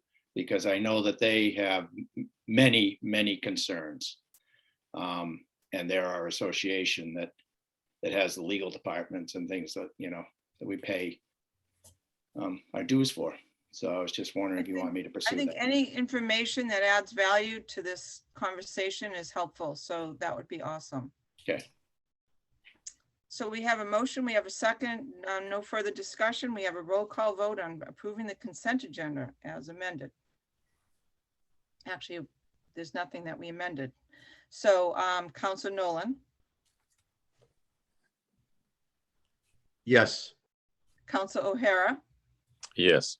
Council O'Neill, Yes. Council Worthley, Yes. Council Gilman, yes, Council Gross, Yes. Council Grow, Yes. Council Majota, Yes. Council Memard. Yes. 9 in favor, 0 opposed to approve the consent agenda as noted. Thank you. Next order of business, Madam Clerk. Next order of business is the Budget and Finance Standing Committee report of March 3rd. Great. I'll turn control of the meeting over to our Chair of BNF, Councilor Memhard. Thank you. Thank you, Madam President. As we discussed at our prior meeting, rather than presenting to you a consent agenda for budget and finance in the interests of transparency and people being aware of what budget and finance is dealing with and approving and moving on, we will go through the 4 items that we voted on individually for your consideration. The first was a memorandum from the Director of Elder Services, Elise Sinagra, regarding a Title III/B funding provided by Senior Care in the amount of $1,467. And if there's any discussion, otherwise I'll make the motion. Continue. Thank you. On a motion by myself, seconded by Councilor Worthley, Budget and Finance Committee voted by roll call, 3 in favor, 0 opposed, to recommend the city council accept under Mass General Law 4453A an amendment to a federal grant passed through the Massachusetts Executive Office of Elder Affairs through Senior Care, Inc. for fiscal year 2021, Title 3B Older Americans Act grant in the amount of $1,467. This is a additional supplemental grant for a revised total grant of $11,308. Funds are to be used to supplement the hours and part-time salary of an outreach coordinator worker at the Rose Baker Senior Center. The grant period is from October 1st, 2020 through September 30th, 2021, and there is a minimum 10% local match for this grant, and I so move. Second. It's a motion by Counselor Memard and seconded by Counselor Worthley. Is there discussion? Roll call vote. Counselor Nolan, Yes. Counselor O'Hara, Yes. Counselor O'Neill, Yes. Counselor Worthley, Yes. Counselor Gilman, yes. Counselor Gross, Yes. Counselor Grow, Yes. Counselor Majota, Yes. Counselor Memard. Yes. The yeses have it, 9 in favor, 0 opposed. Continue, Counselor. Thank you. The second item from Budget and Finance for you this evening relates to a memorandum and supplemental appropriation budgetary request 2022 SA 14 from our Chief Financial Officer in the amount of $50,828.06. And this relates to the matter of the revenue generated by the short-term rentals and being moved from the general fund into our Affordable Housing Trust. If there are any questions, otherwise I'll proceed with the motion. Counselor? I do have a question. Can you Yes. tell how many short-term rentals have occurred? Did that come up in the conversation? I don't believe in the course of our conversation with Councillor Worthley and Councillor Gross that came up. John Dunn reports, he's our Chief Financial Officer, that this is handled and managed by the state at the state level. So if we want to get some additional data detailing that up, but I would agree that we'll ask for that because I think it's a matter of quite some interest. This is a new revenue stream for us that was implemented a year ago at the suggestion and recommendation of Councillor Melissa Cox, former chair of Budget and Finance. And we were thrilled to proceed with this, but it is managed, thankfully, by the state. We have nothing to do other than receive the funding that they take off the short-term rentals. Great. Councilor Grow? Yeah, I just, I don't know if this is entirely accurate, but my understanding is that is a 3% tax on the B&B rentals, and that would equate to about $1.7 million worth of rentals. How that's divvied up in terms of numbers of actual rooms and all that is impossible for me to tell, but that gives you an indication of that there's $1.7 million worth of Airbnbs last year. Was it last year or the year before that was that went into making that $51,000? You're correct in that it is a 3% levy on those Airbnbs, and I believe that the term is actually less than a full year. I think we get a distribution from the state on a periodic basis, so I think that it's actually more than that. This is the most recent one we've received. So in our self-interest, I'd love to see what the numbers are. So maybe you could get that report and put it on the consent agenda as information only, so we can at least all understand and the public can understand that those numbers as well. So thank you. I'd be very happy to do that. That's very, very much relevant to our review of this. Any further discussion? Councilor Grow. Yeah, I didn't realize we'd got the motion read already, but I was just going to say that this is a good start. But if we're really going to be, and I'd appreciate everything that the mayor said tonight about his commitment to affordable housing. But if we're going to genuinely attack a pervasive issue in this community of people being able to afford to live here. We've got to do something to amp up that affordable housing trust number so that we can actually engage in some significant changes in the allocation of how much housing we have that's dedicated to affordable income. So I fully support this, and I'm glad to see that it's happened, but we need more. Thank you. Any other discussion? Madam Clerk, we did make the motion and seconded it, correct? Before I asked the question? I don't think you did. No. Yeah. Don't. I just made my preamble, but I'd be happy to make the motion now if there are no other questions. Now is the time. Thank you, Counselor. Now is here. Here is now. On a motion by Councilor Memhard, seconded by Councilor Worthley, Budget and Finance Committee voted by roll call, 3 in favor, 0 opposed, to recommend to the City Council to approve supplemental appropriation 2022 SA 14 in the amount of $50,828.06 from the general fund undesignated fund balance free cash account as noted to the Affordable Housing Trust transfers from general fund account as noted. This is for the purpose of transferring short-term rental community impact fees received in fiscal year 2021 from the available general fund free cash balance to the city's Affordable Housing Trust Fund, and I so move. Second.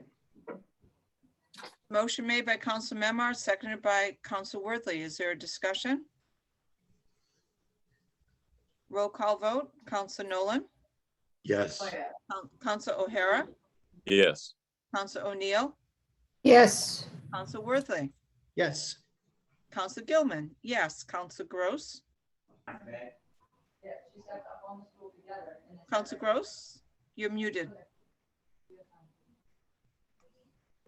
Yes, sorry about that. Not a problem. Council Grow, Yes. Council Majota, Yes. Council Memhard. Yes. Yeses have it. 9 in favor, 0 opposed. Continue, Counselor. Thank you. Yes, thank you. Our third item from Budget and Finance this evening is a supplemental appropriation budgetary request 2022 SA 13 from our Department of Public Works in the amount of $253,353. And this relates to paving revenues that are received from contractors that the city manages and that are being then dispersed back to our paving contractor. Shall I read the motion? Yes, please. Thank you.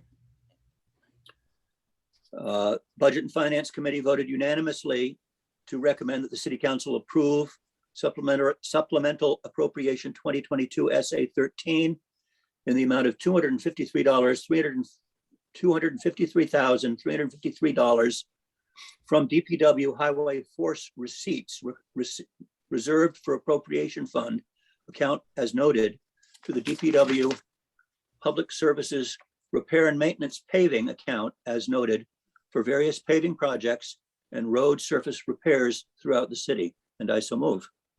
Second. There's a motion by Council Memard. It is seconded by Council Worthley. Is there a discussion? I would just explain again, DPW Director Mike Hale made a clear presentation to the committee explaining how these are funds that are collected from various contractors doing work in the city, primarily N-Grid, but other general contractors like Windover. He had a list of a number of them. The city collects the funds, is involved managing their various projects, and then pays the city's pavings contractor, in this case, Nocella Paving, from those receipts.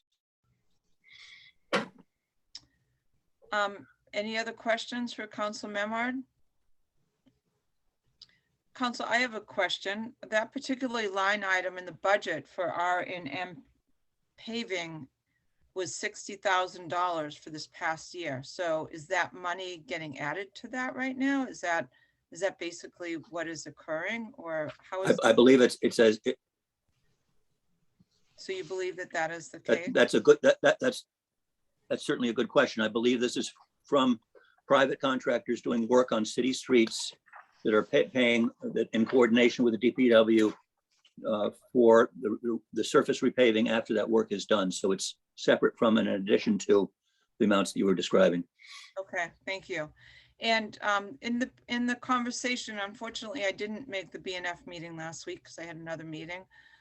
But was there a conversation about checking on the quality of the workmanship before and after the road is improved? Because that's something that we've talked about in the past in terms of, I believe the contracts say that they need to put the road back to as good of condition, if not better, than when they started. And I was just interested if that came up in the conversation. As are many of our constituents, yes. And the short answer is that there is a provision for review, and the subcontractors who've done work like National Grid, in fact, if their paving is not adequate, are asked to come back and repave. And sometimes it's quite extensive and quite a nuisance for the neighborhood, but good examples of this having recently happened here in town include Bass Avenue being torn up, paved, and then having to be reground and repaved because of the quality of the work. And I believe that our favorite disruption in town, Washington Street, up to the Rotary from downtown, is again slated for a repaving because of a poor job that was done. Basically, it's when the trenches sink and it needs to be repaved. But those are included, and that's part of the process. Great, thank you. That's helpful. Councilor Gross.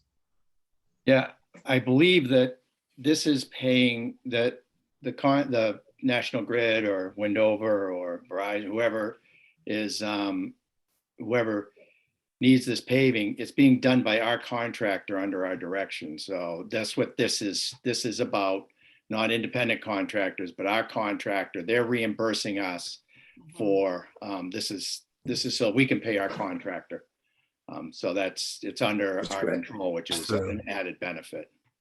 Right, understand. Thank you for that clarification. Any other comments on this? Okay, I believe we did make the motion and seconded that, correct? Thank you. Yes.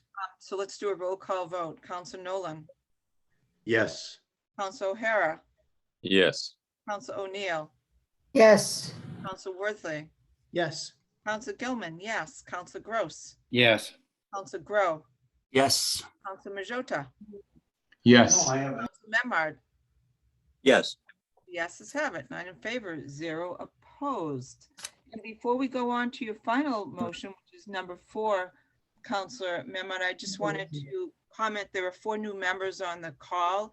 And just to let you know, if you were on it for the public hearing on the zoning, it has been continued for another 2 weeks, and you can watch it tomorrow morning so you understand the reasons why we continued the hearing. So thank you. Councilor Majota, you have your hand raised. Yes, Madam President, I was just informed that Michael Goodwin is actually on the call. His name is not listed. He is the 508 number. Not sure about the process and procedure here, but I did want to inform you guys that he is on the call. He was Okay, having difficulties getting connected. that's great. So what I'd like to do, without objection, is continue Council Memard's last amendment or last vote, and then we'll go back and we'll bring him back in. So thank you for telling us that. Appreciate it. Okay. Council Memard, your last recommendation. Yes. The fourth and final Budget and Finance Committee recommendation before you tonight was a matter relating to the Chief Administrative Officer, Jill Cahill, requesting acceptance of a Mass Cultural Council grant for fiscal year 2022 in the amount of $12,000. And I'll go ahead and read the motion, and then we can have discussion. Thank you. Budget and Finance Committee voted unanimously to recommend the City Council accept under Mass General Law 4453A a state grant from the Massachusetts Cultural Council in the amount of $12,000 to the Gloucester Cultural Council for the purpose of supporting fiscal year 2022 local cultural projects in the city of Gloucester by the Gloucester Cultural Council. The grant period is from July 1st, 2021 to June 30th, 2022, and there is no required local match, and I so move. Second. This is a motion made by Council Memard, seconded by Council Worthley. Is there a discussion, councilors? Seeing none, roll call vote. Council Nolan, Yes. Council O'Hara, Yes. Council O'Neill, Yes. Council Worthley, Yes. Council Gilman, yes. Council Gross, Yes. Council Grow, Yes. Council Majota, Yes. Council Memard. Yes, Yeses have it. 9 in favor, 0 opposed. Thank you. Counselor. Appreciate it. So now we're going to go back to the recommendation of appointing Michael Goodwin to the Fisheries Commission. So I'll turn control of the meeting back to Councilor Nolan and O&A. Hey, Mike, can you hear us? Could he raise his hand? Because there's two people who have phoned in. Council Majota, do you know the next three It- digits after 508? Yes, We just- it's the 508-284 number. Last four digits, 4284. Okay. Okay. He's on. Excellent. Mike, how you doing tonight? Good, how are you? Sorry about the connection. Not a problem. We're happy to have you come in. This is great for the city. If you could just tell us a little bit about yourself and why you want to be in the Fisheries Commission, that'd be excellent. Yeah, I'm a 38-year resident of Gloucester, and I've been fishing since I was 12, and I'm very passionate about it. I have 2 current vessels operating out of Gloucester, and I just really want to be involved and help out and, see a future in it. Excellent. Thank you, Mike. Is there any questions or comments from the council? All right, none being heard. Mike, I just want to thank you again for stepping up. You come from a great family, and your work ethic is top notch, and I'm definitely happy to have you. And with that being said, I would like to read the recommendation. On a motion by Councilor O'Hara, seconded by Councilor Majota, the Ordinance Administration Committee voted by roll call 3 in favor, 0 opposed, to recommend the City Council appoint Michael Goodwin to the Fisheries Commission, term to expire 2/14/25, and I so move. Second. Second. The motion made by Council Nolan, seconded by Council Worthley. Discussion? Roll call vote. Council Nolan, Yes, thank you, Mike. Council O'Hara, Yes. Council O'Neill, Yes. Council Worthley, Yes. Council Gilman, yes. Council Gross, Yes. Thank you, Mike. Council Grow, Yes. Council Majota, Yes. Council Memard. yes, Yeses have it. 9 in favor, 0 opposed. Thank you so much, Michael. Thank you. Next order of business, Madam Clerk. Next order of business is the Ordinance and Administration Standing Committee report of February 28th. Council Nolan. So on the standing committee report, I'm gonna find the right shade. We actually have some work for us to do. So I'm guessing we're gonna go with CC 2022-005, O'Hara, to amend the City Council Rules of Procedure, 2021, Rule Number 2, Oral Communications. With that being said, Councilor O'Hara, I'd like to offer you the floor. Thank you. I brought this forward as this has been a kind of an ongoing problem. Sorry. Point of order. Shouldn't we have the motion read before we go into discussion? I think can, that that's yes. probably a good thing to do. So Council Nolan, would you do that? I was just thinking that. So thank you, Counselor. Go ahead. Not a problem. So on a committee recommendation, on a motion by Councilor O'Hara, seconded by Councilor Majota, the Ordinance Administration Committee voted by roll call. 2 in favor, 1 Nolan, opposed, to recommend the City Council amend the City Council Rules of Procedure, 2021, Number 2, Rule 2, Oral Communication, by revising the opening statements as follows. Oral communications. The public shall have the opportunity at every regular city council meeting to be heard under oral communications on matters not apparent on the agenda. Oral communications shall allow any resident or non-resident, in red, who has a request or a complaint of any nature relative to the city business to be before the city council. State their problem without debate, and the matter shall be referred to the proper agency through the office of the mayor.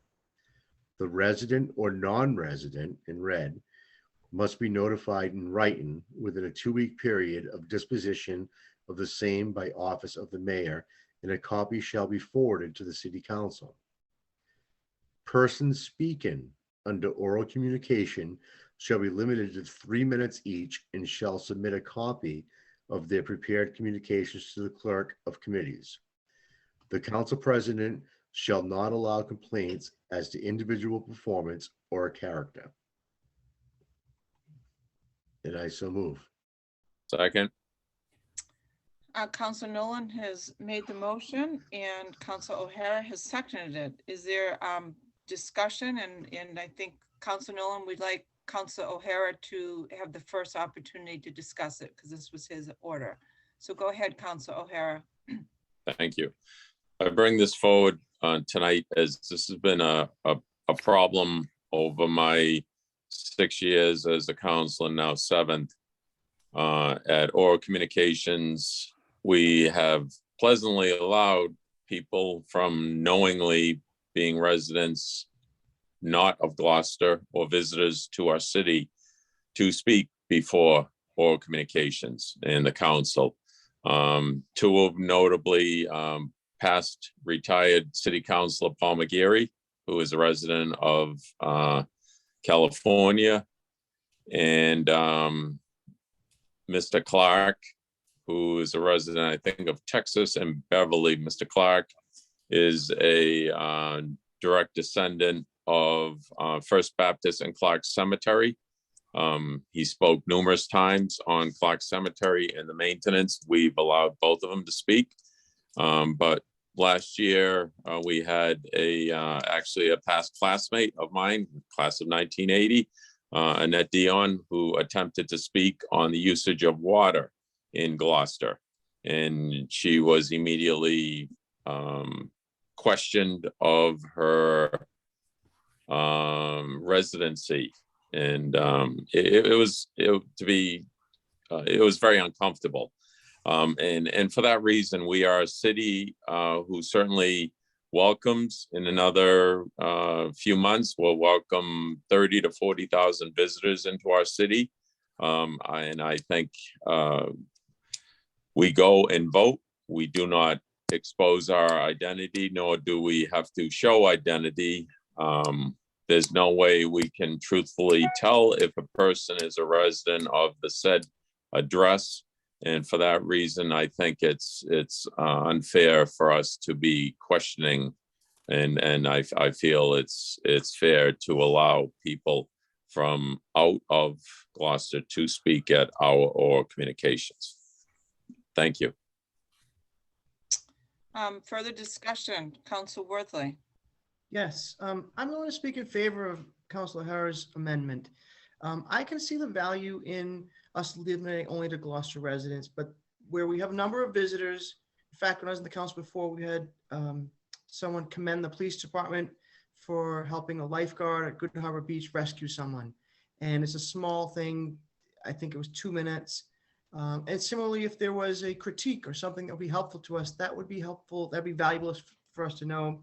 I also wonder about people who move out of Gloucester, but they leave their elderly parents here and they have an issue they want to raise. I can see, as long as it still follow the other rules about not criticizing individual performance, follow the same rules with the president's discretion. I think that there's value in having someone speak on a Gloucester issue, whether they live in Gloucester or not. And similarly, if there are people in Rockport who have a traffic issue, emergency response question, I think those issues might be relevant to us, and I don't see a lot of harm in allowing a few people speaking. Anyone else like to speak? Counselor Grow? I appreciate that point of view, and I'm one for encouraging more commentary than not. But on the other side of the fence, with the pervasiveness of online meetings, I've seen meetings get completely hijacked by groups that have particular political agendas. And we witnessed a Board of Health meeting during the mask discussions where nearly everyone who spoke at that meeting was not even remotely related to Gloucester. And I think we can find ourselves, because of the accessibility of being able to phone in and speak, that you run the risk of having situations where organized groups can come in and basically, monopolize a oral communication session. So, I mean, I think that I'm generally in favor of more access to public comment, but I do think that we run the risk of allowing online groups or people who have no connection to Gloucester whatsoever use that as a forum for their own purposes that don't necessarily represent the needs or the issues in our own community. So I can see some concern for that. Any other councilors like to speak? Counselor Gross? Yeah, I'd like to echo what Councilor Grow just said about, the pervasiveness of organized groups from outside that have made it their mission to disrupt local cities and towns meetings. As we heard so much during this zoning discussion, is that we're supposed to be in charge of our own destiny. And if we open this up to open up the dialogue to people who have nothing, they're not stakeholders, that's a pretty big mistake.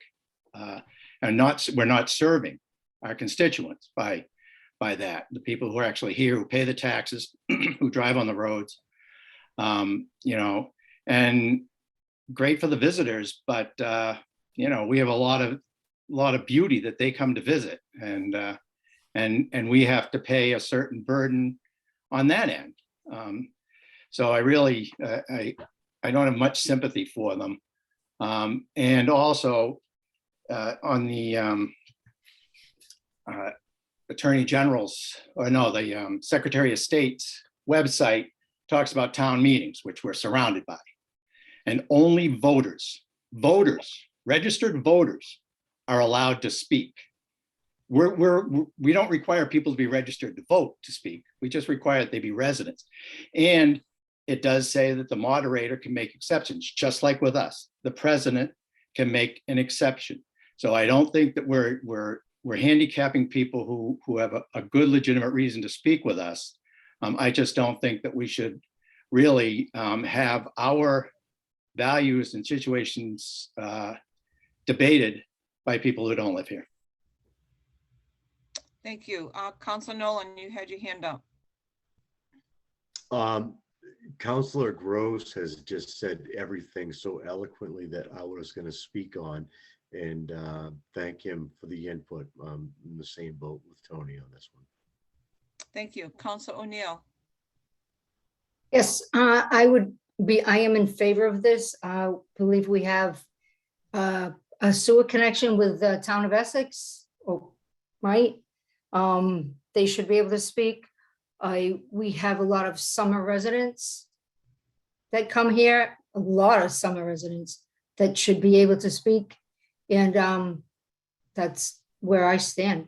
I believe that people from Rockport have to come through Gloucester to get there. So they have reason to have concerns over whatever it may be. And I'm in favor of this. Thank you. Counselor, just to respond, we would let summer residents speak because they are residents. They're typically either renting or they have a home that they own. So that would, we would not, I don't remember historically ever not allowing a summer resident to speak. Counselor Grow, you're going to speak a second time. Does anyone else Yeah. want to speak before Counselor Grow does? Counselor Memard and then Counselor Grow. Go ahead. I understand where Councilor O'Hara is coming from, and I respect that openness. But as Councilor Gross has said, we need to control our process and our council meetings, which I think there is a significant amount of discretion that we have in terms of whom we allow to speak or not. I am particularly concerned that a lot of our property owners are not voters in many of our wards. They have a summer home, they pay real estate taxes, but they are not enrolled to vote in the community. And it would seem to me that they have a reasonable and appropriate stake that would allow them to speak and participate in our process, which I think is what Councilor Gilman has just referred to at her discretion, or at the discretion of the council president. Thank you. Anyone else that has not spoken before I go to people for a second round? Counselor Grow. Well, I just want to make it very clear that I would never, ever limit commentary to voters or taxpayers only. Every resident in the city has a right to representation on this council. And I fully respect the opinions here.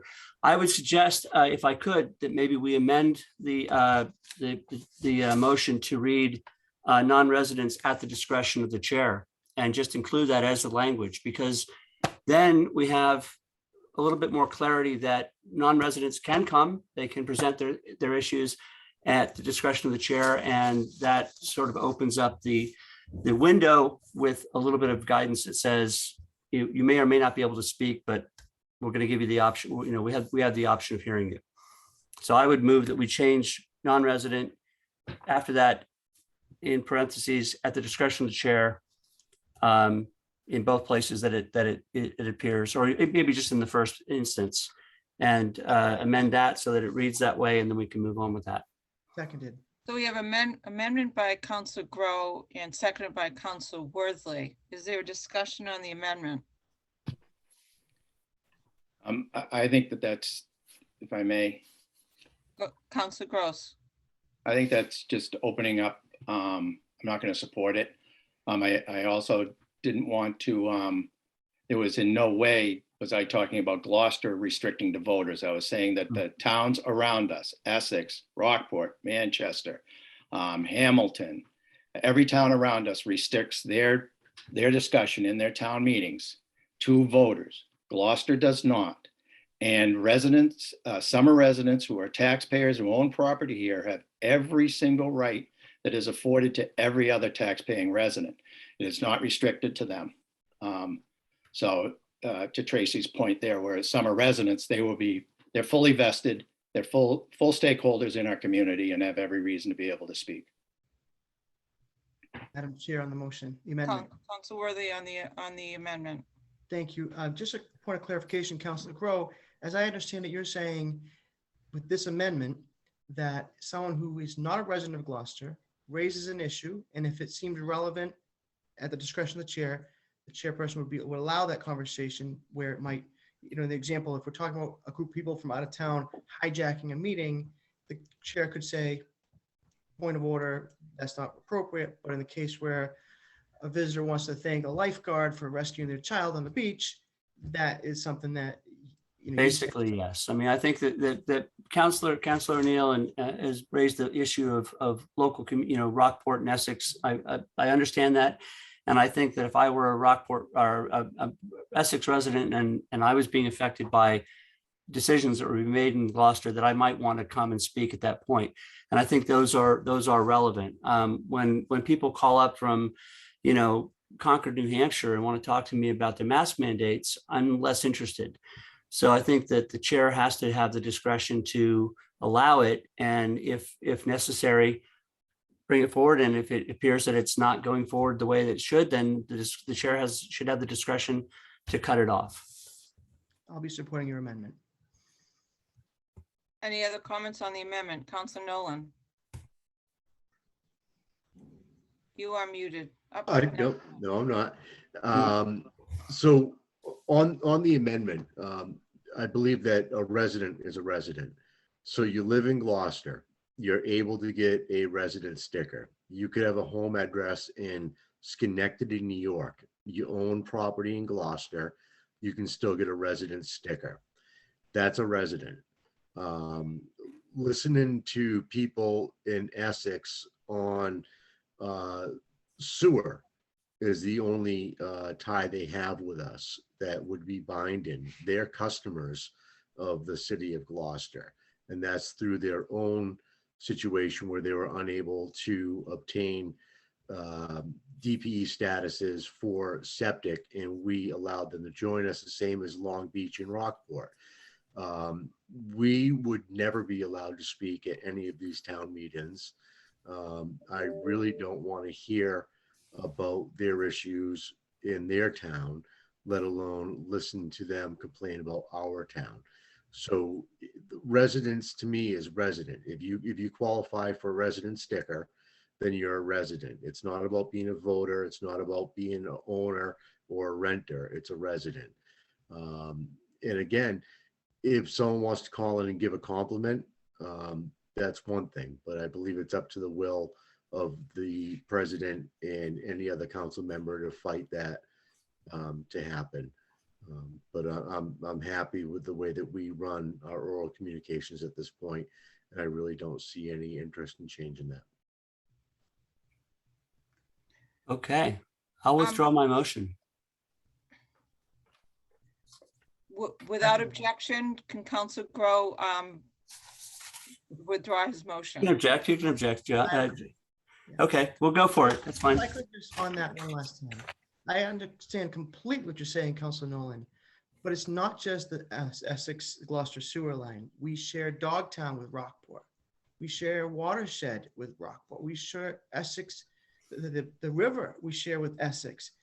There's a lot of things that, you know, I'm not on the waterfront, but I mean, there are Rockport residents that boat past Salt Island. There's so many different things that we share on Cape Ann.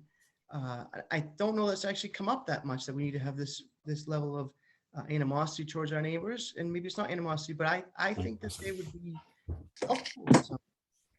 And it's not all just hearing their complaints, it may be hearing their suggestions. And you use an example of non-residents and stickers. We sell stickers to non-residents. It's part of our ordinances. So I think that we're belaboring a point. I think we're just back to Councilor Grow's point. More information is better. If the chairman says this is inappropriate, I respect her judgment on that. So that's why I support your amendment and would request that you don't withdraw it. In that case, let's move the question. Okay. Would you just repeat the amendment, Councilor Grow? To amend the oral communications language on the procedures to state any resident or non-resident, in parentheses, at the discretion of the chair who has a request or complaint. Counselor, could you recognize Counselor O'Hara? Counselor O'Hara, you're back. Thank you. I just wanted to point out, and I think Councilor Gilman can validate this. I spoke at Manchester's Selectmen's meeting, oral communications, on a topic dealing with, during the beginning of COVID, dealing with our beaches being open and their beaches being closed. So they allowed me to speak. It was very fruitful. I think the town folks appreciated me speaking. So just want to clarify that it does happen. Thank you. Okay, so we have a motion by Councilor Grow and it was seconded by Councilor Worthley. Councilor O'Neill, your hand is raised. This is on the amendment. Yeah, on the amendment, is that what you said? I'm sorry. Okay, I just think that we should be mindful of our neighbors. So I think we should allow them to speak. Thank you.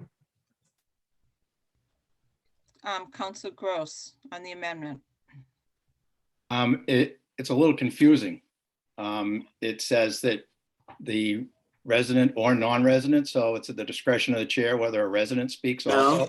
No.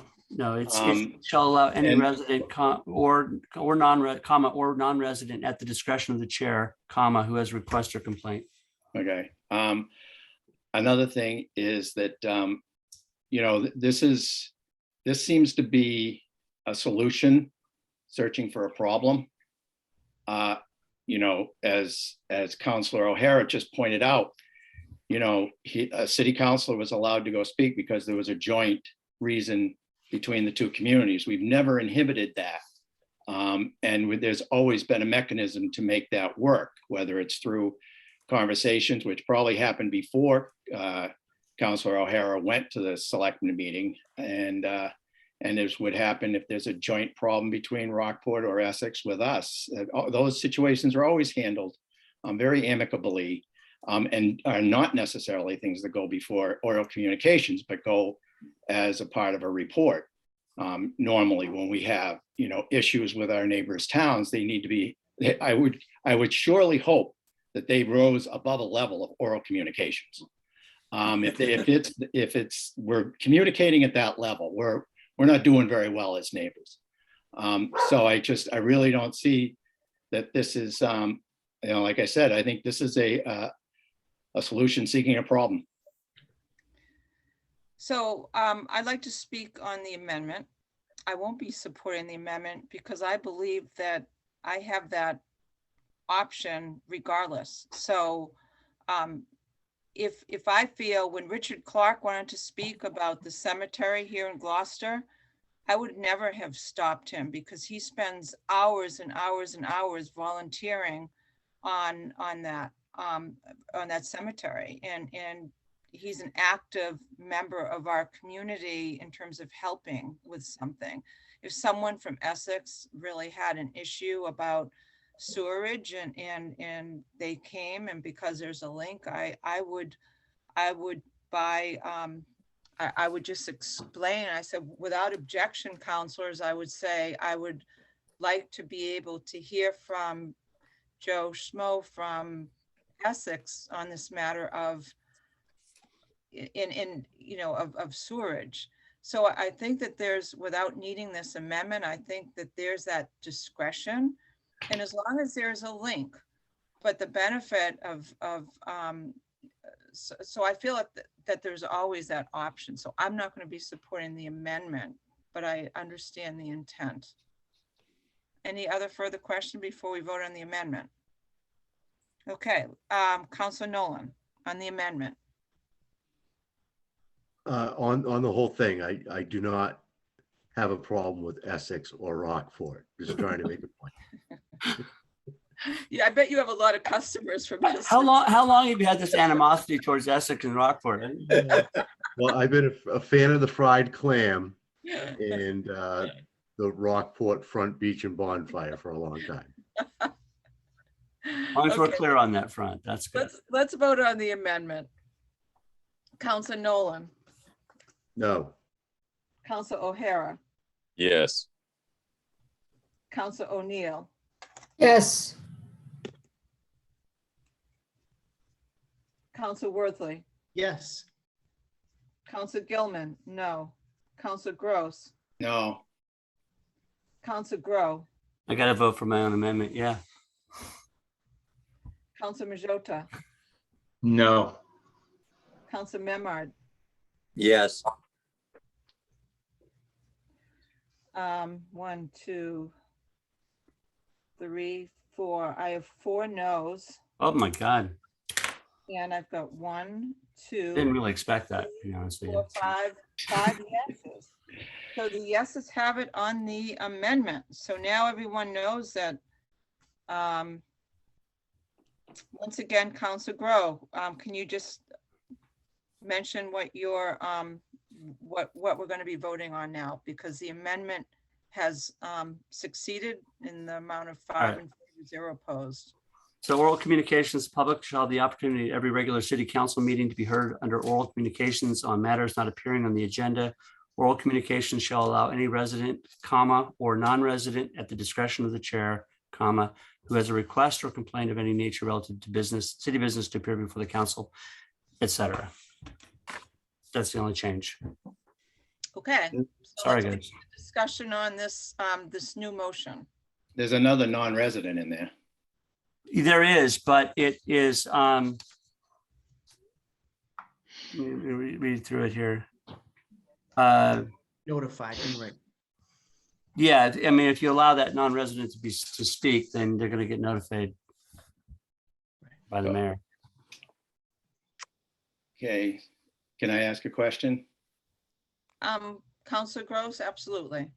So if I understand it correctly, the mayor's office, the administration has got to respond to non-residents also,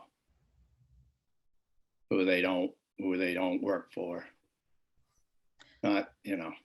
I tried to respond. Counselor Nolan. The mayor's office, if Jill Cahill would like to jump back in on this, had already responded that they will not respond to non-residents on these matters. So if our CAO would like to chime in, I believe that was what was mentioned at the Ordinance Administration Committee meeting on this matter. Yeah, Madam President, this, the mayor was sensitive to this. This is not, as you know, transparency is important to him. Collaboration is important to him.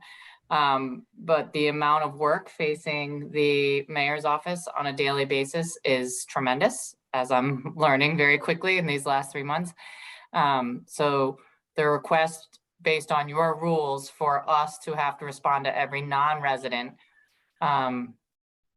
seems a bit arduous, at the very least. Thank you. So I guess we can do a we could do an amendment to remove that second one if we wanted to.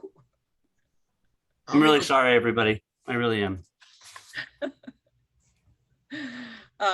Councilor Majota has his hand raised. Go ahead, Councilor. Yes. So after hearing everyone talk, I've been quiet on the subject until now. Obviously not a fan of Essex. I work in the town. Fan of Rockport. I buy my meat there. But opening up the doors to our neighbors, and then how far does it go? Do we have people from Salem talking, Beverly talking about these potential zoning amendments, or anything talking about Gloucester?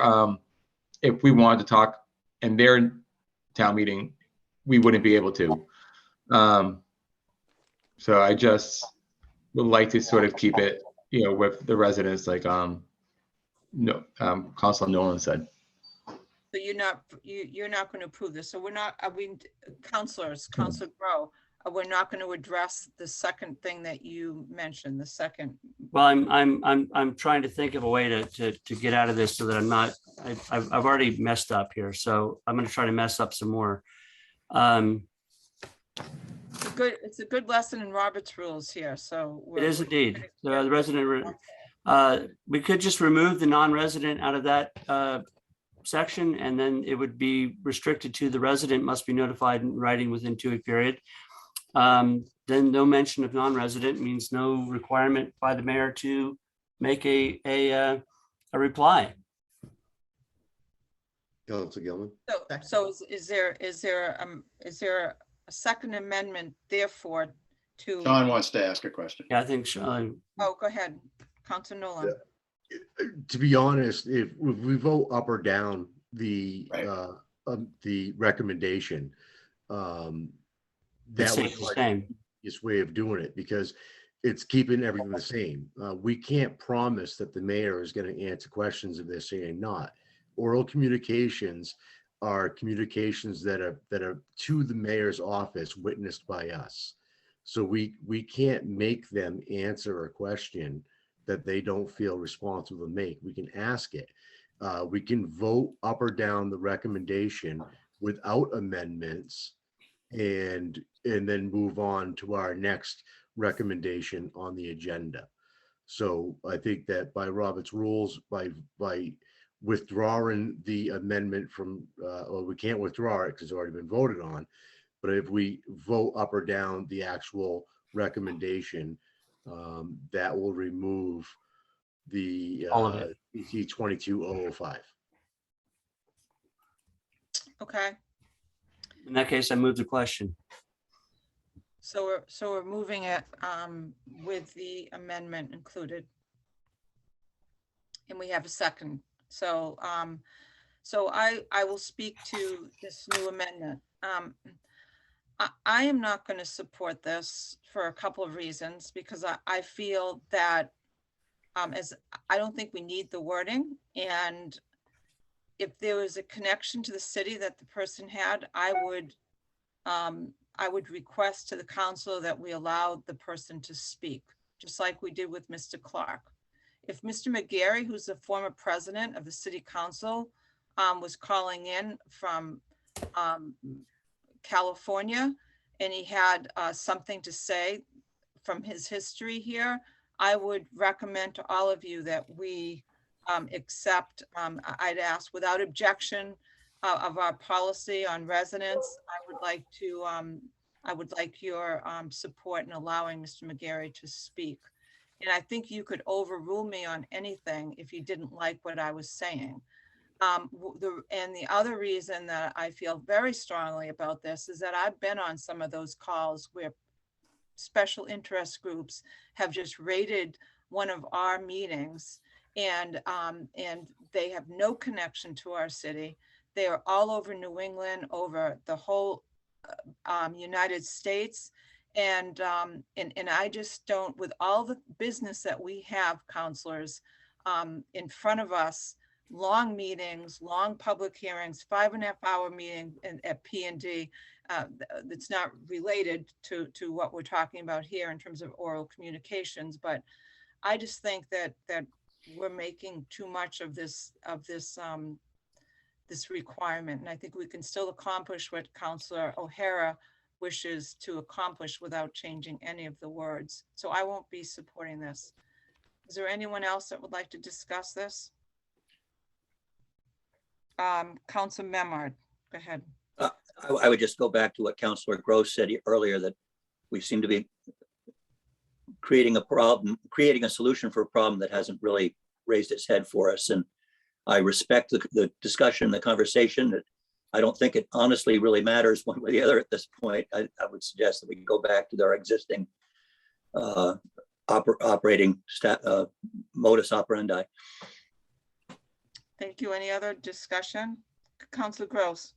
I just would like to clarify about, past Council President McGarry, who now lives in California. I would not say it would be appropriate for him to say, call in and weigh in on the zoning issues right now. That would not be an appropriate,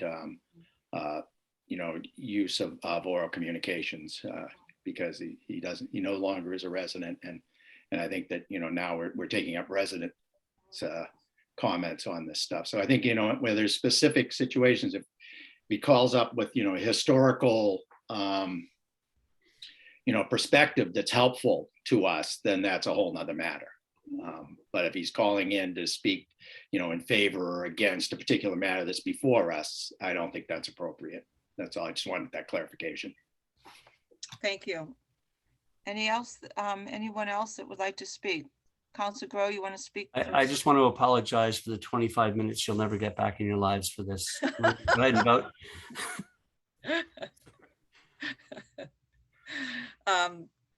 Okay, so we're going to do a roll call vote.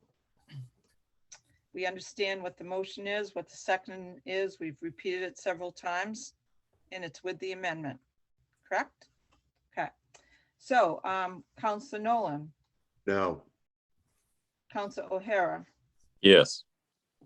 Councilor O'Neill. Yes. Councilor Worthley. Yes. Councilor Gilman. No. Councilor Gross. No. Councilor Grow. No. No. No. Councilor Majota. No. Councilor Memard. No.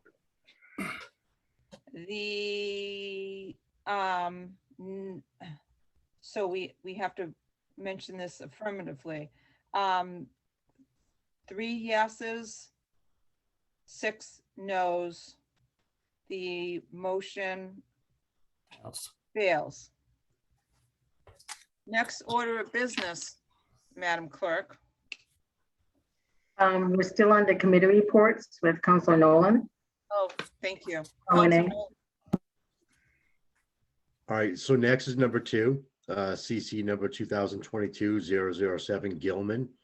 Amend the City Council Rules of Procedure 2021, Rule number 1, meetings. Rule number 2, oral communications. Rule number 3, agenda procedure. Rule number 4, public hearings.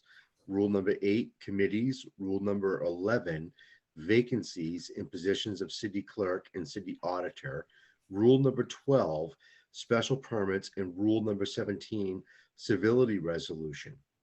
So we have a bunch to read on these situations. So I think, do we want to do this rule one by one, or do we want to read the entire motion of 1 through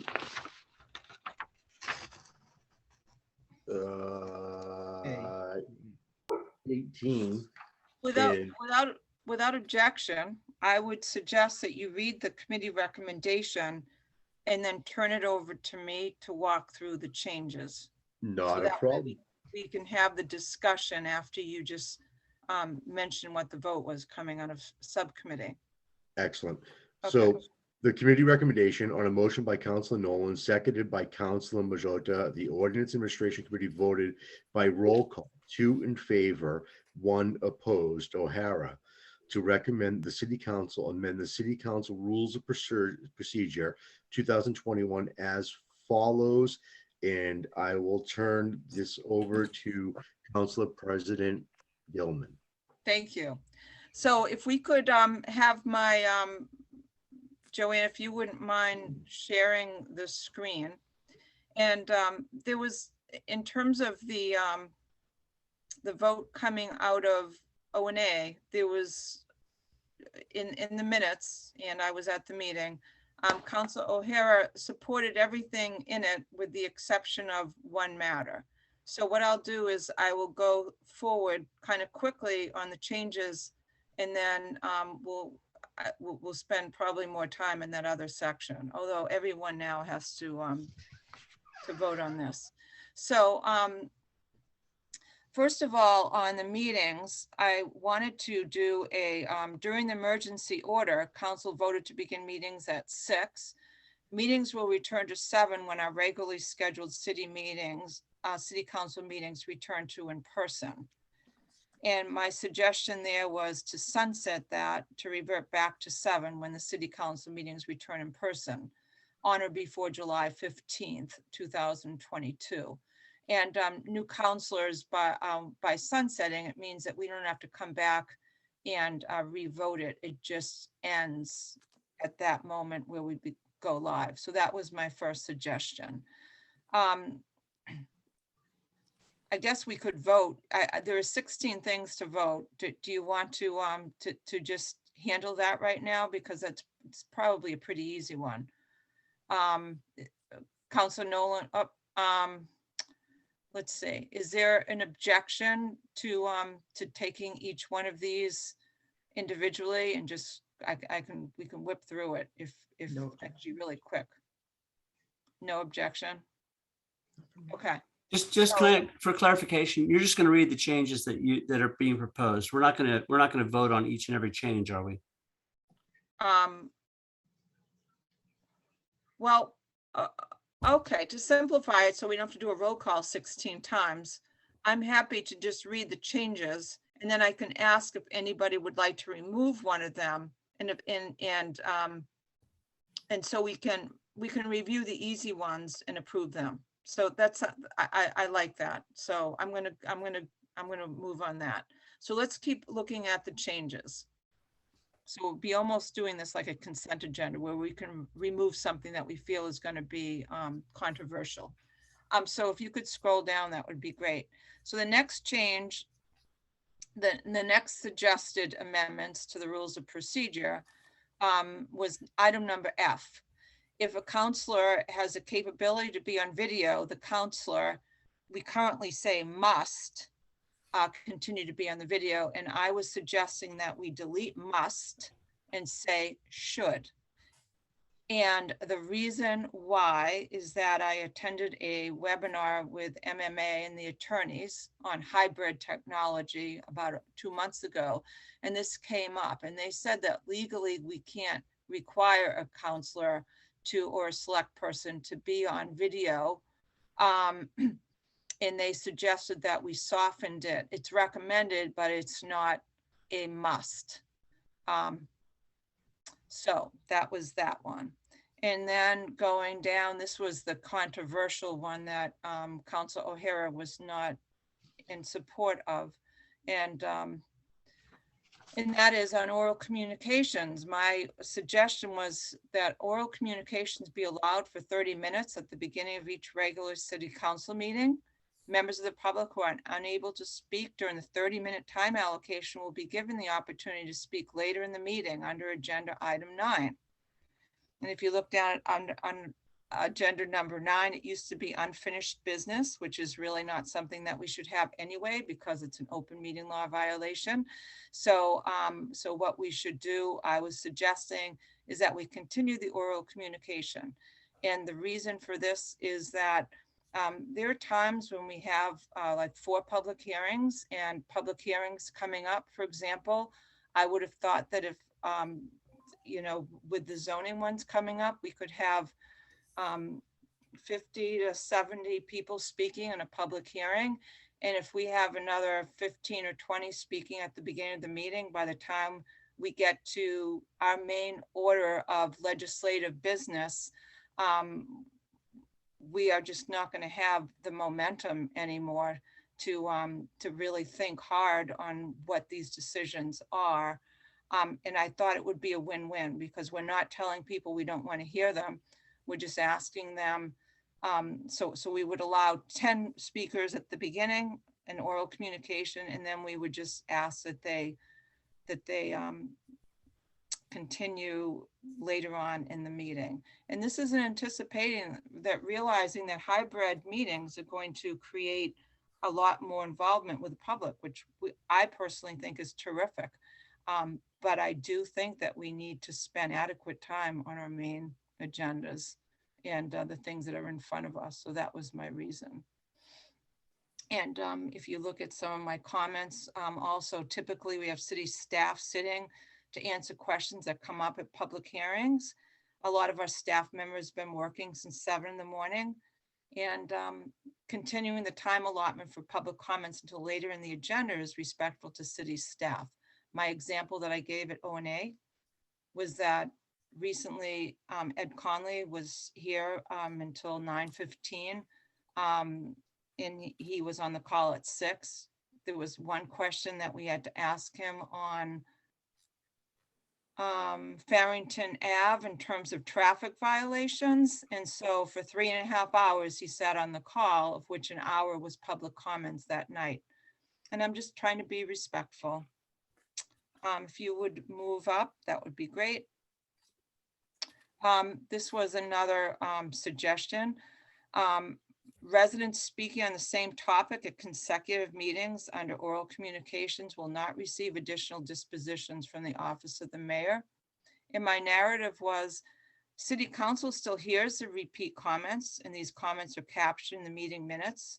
This suggested amendment only seeks to minimize the work of administration of sending repeat responses with the same content.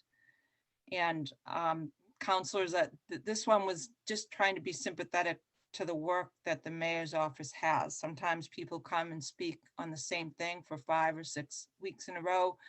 And we hear them, we understand, we're listening, it's in the minutes. And I didn't know if sending out another letter that says basically the same thing was necessary, but that's something that you can all decide. It's not near and dear to me. It was just a suggestion from a workload. Item B is simple. Standing committee reports should say electronically mailed, because, so I was suggesting that we add electronically mailed and eliminate delivered, because we no longer are delivering. We electronically mail the reports. Same with item C, the city clerk shall arrange electronic delivery of so we're adding electronic in front of it.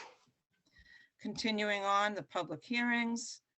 This was just an add-on to this item here.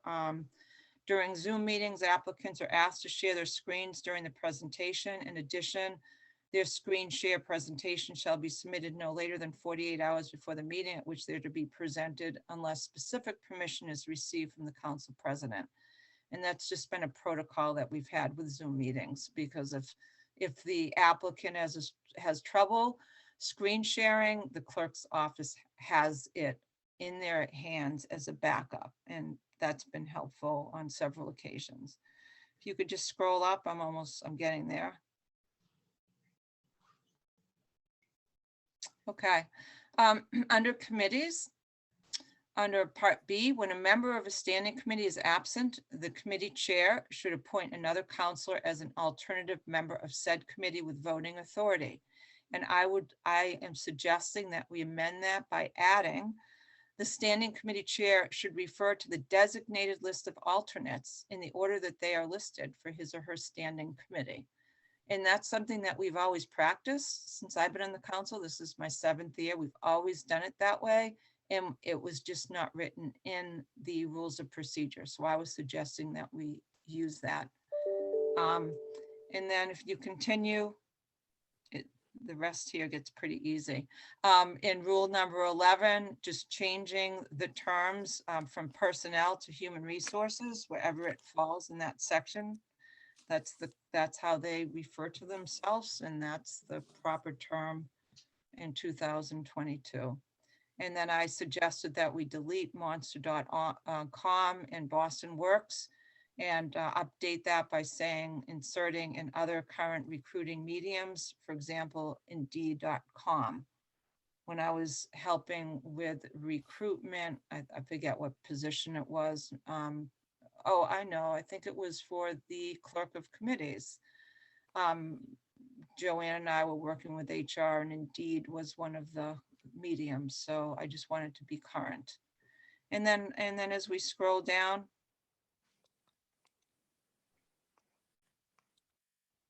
special permits. I substituted what we had, which was incorrect, with the proper comments, and that is I want to add all special council permits require the city council to deliberate on the requisite criteria for the Gloucester zoning ordinance being requested.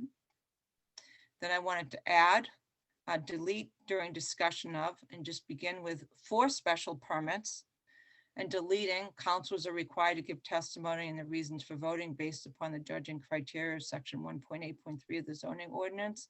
So I wanted to add involving section 2.3 use tables, the council should additionally consider the 6 standards in section 1.8.3 standards to be applied, but not be required to cover all of the 6 standards in making their decision. And this is consistent with zoning requirements. Proofread by Bill Sanborn. Civility resolution. This is just adding, we've only, up until a year ago, we only had the civility resolution. So I was adding a city council code of conduct resolution review and approval will be placed on a city council meeting agenda during the month of January of each new term of office. So adding that. And then the final one is kind of an important one. And this is stuff that I've learned recently and several training sessions I've received at MMA on webinars that they've had on open meeting laws, best practices. And I had 2 comments there. Number 1, if using social media to share city Facebook posts and or city website updates, city councils are asked to share the post from the city so that updates are factually updated and maintained by department heads. If you try to put it in your own words and then something changes with that particular department that initiated, then maybe you're gone for a day and you haven't updated that now the emergency parking order is over. And so there's a benefit of just sharing the exact post from the city department post.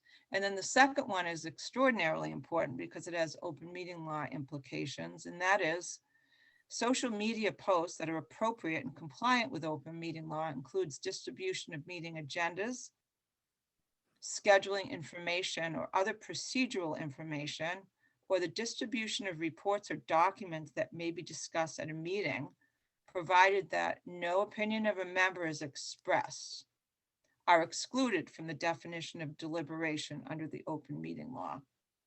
And that is from the AG's office, and I felt that that was really important. Because the thing that we don't want to do is we don't want to all start commenting on things that are in front of us on social media, because then we are deliberating with each other out of open session, and it could be viewed as serial communications, and it's just not what we should be doing. So that was taken right out of the AG's book from the AG, from the Attorney General. So I guess I will ask if there are any of these that the council will like to discuss. And if so, we can remove them and then approve the balance of it, and then go in and then dig into those, because I'm trying to do this in less than 25 minutes so I can beat Councilor Grow in getting through my motion. Wait a minute.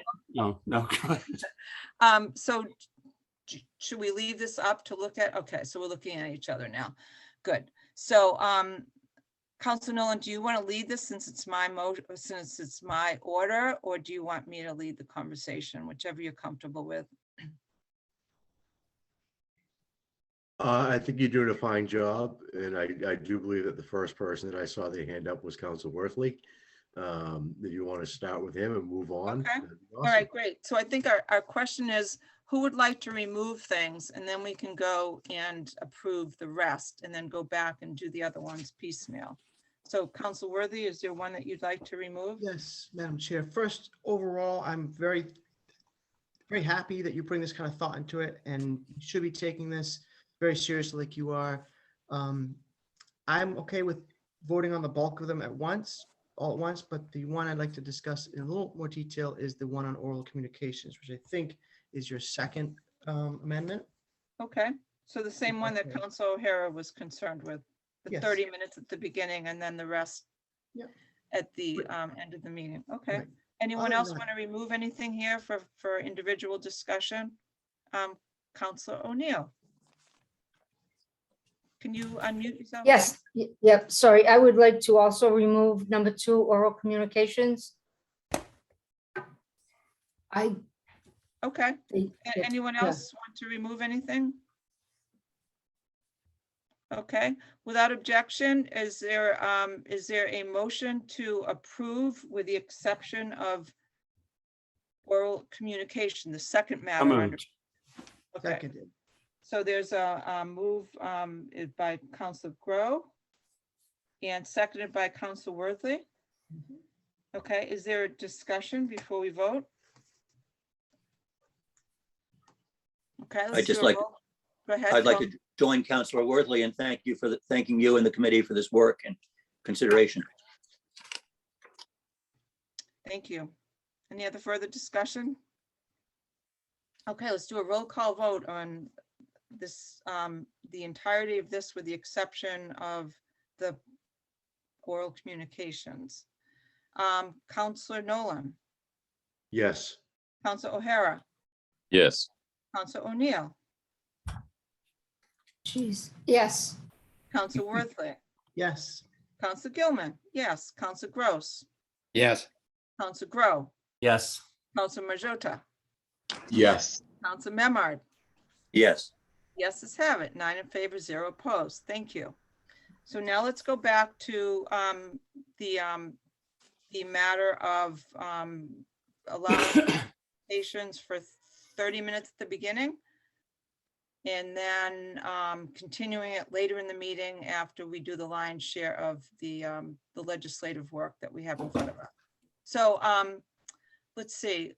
Councilor Nolan, why don't you lead this part of the discussion, because I need to be objective and I'm not. So so that would be great if you would do that. So thank you.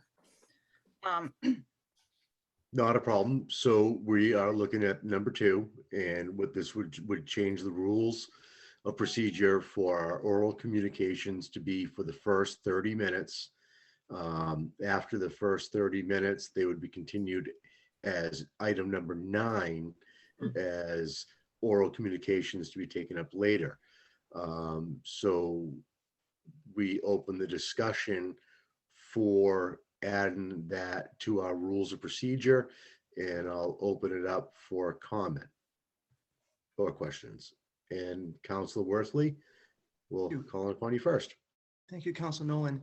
Specifically, I would like to make an amendment to that to make it 60 minutes. And if I can then to speak on that, I'd like to do that way, if that's possible. All right, I believe we have an amendment to the amendment on the floor. Do we have a second? Second. Okay. And do we have any discussion before we go to roll call on that? Councilor Worthley. Thank you. So I put some thought on this. I attended the ONA meeting and I thought there was good deliberation. And I did notice that Councilor O'Hara was the dissenting opinion on this. And he and I haven't spoke, but I thought about this seriously. Again, to Tony Gross's comment,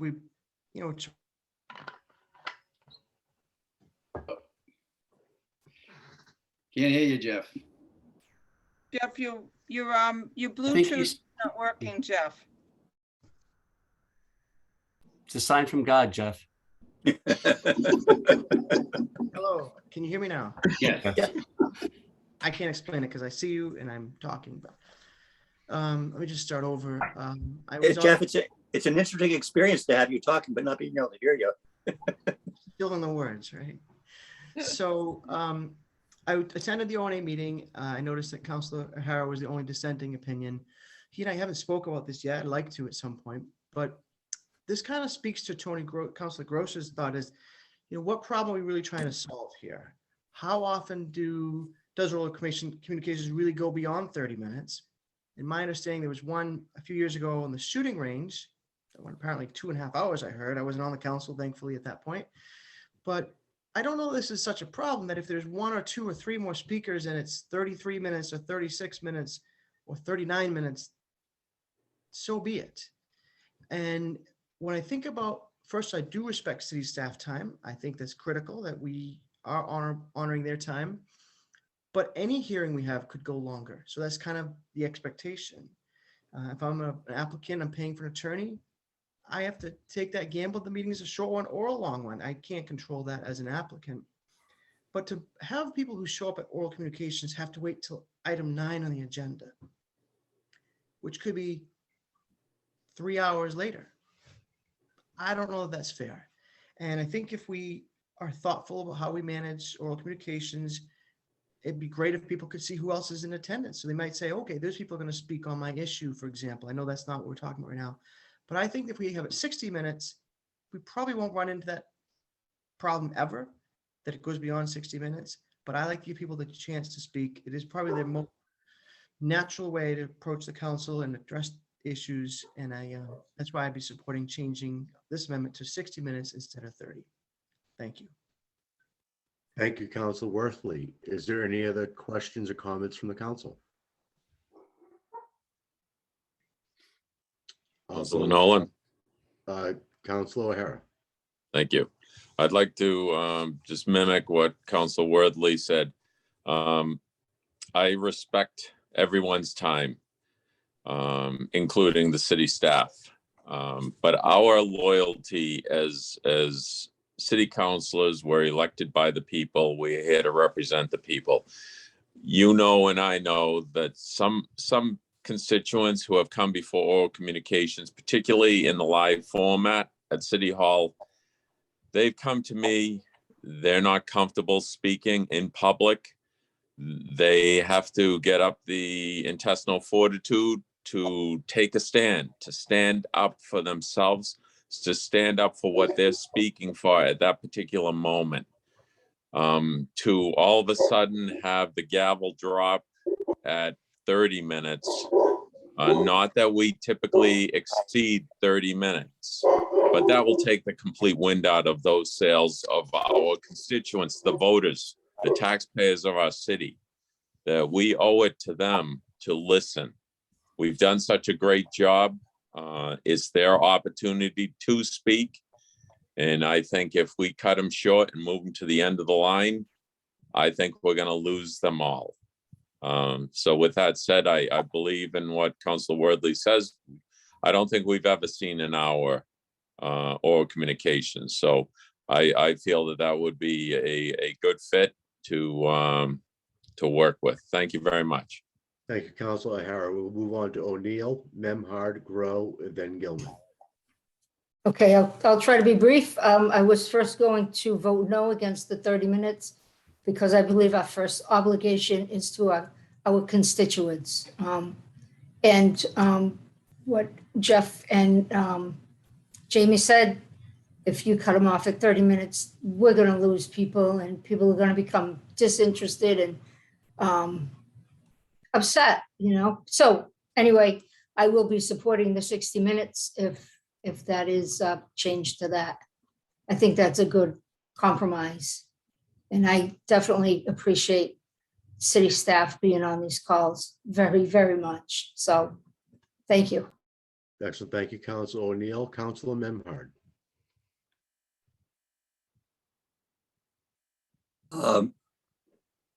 I think, as people have said here, this is not typically a problem that we have to deal with.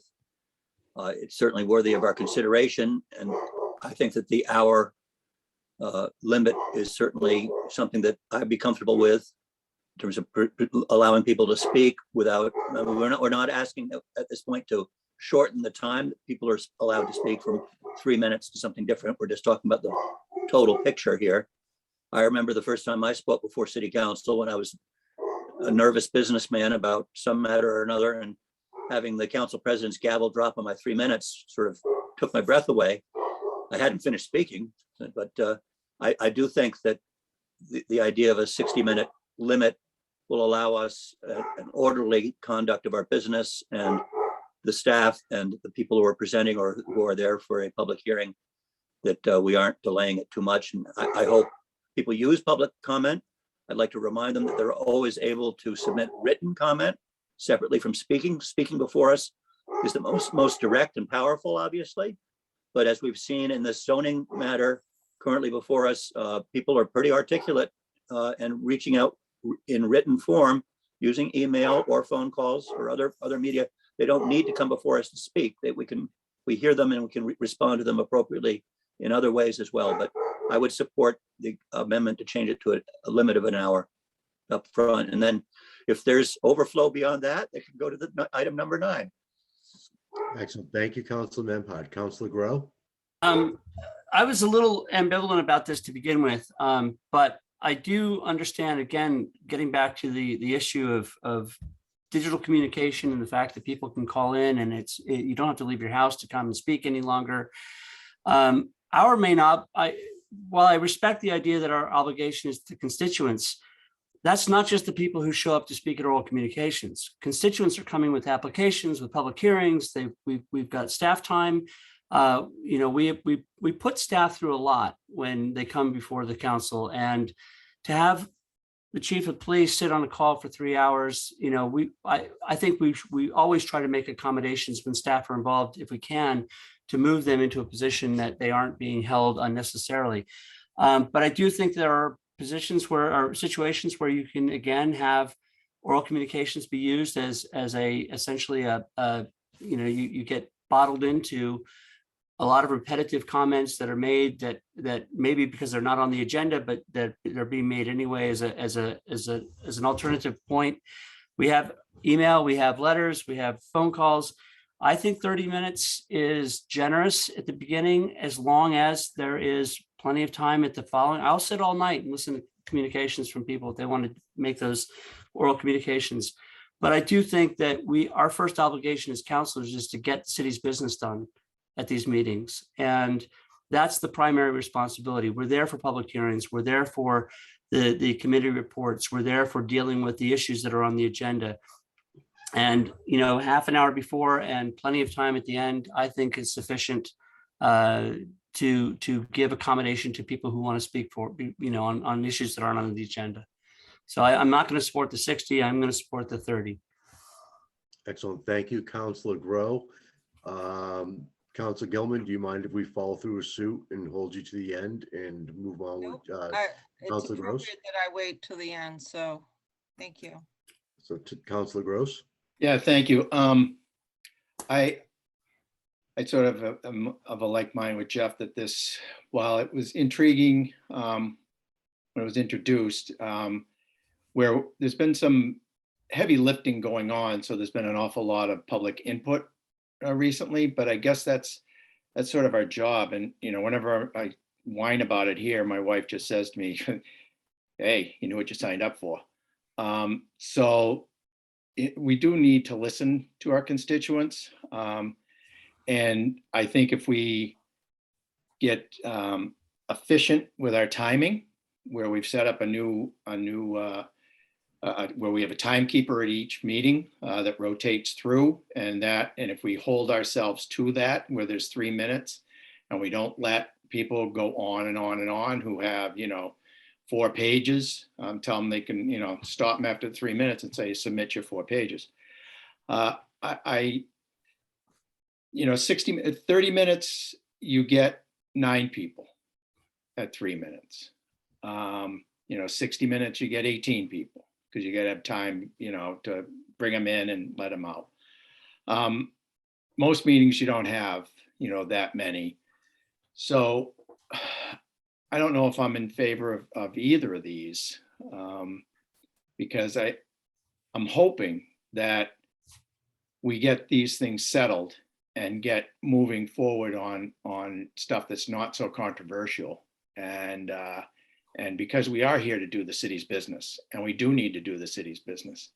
And oral communications was not set up to be a distraction, but as a way for,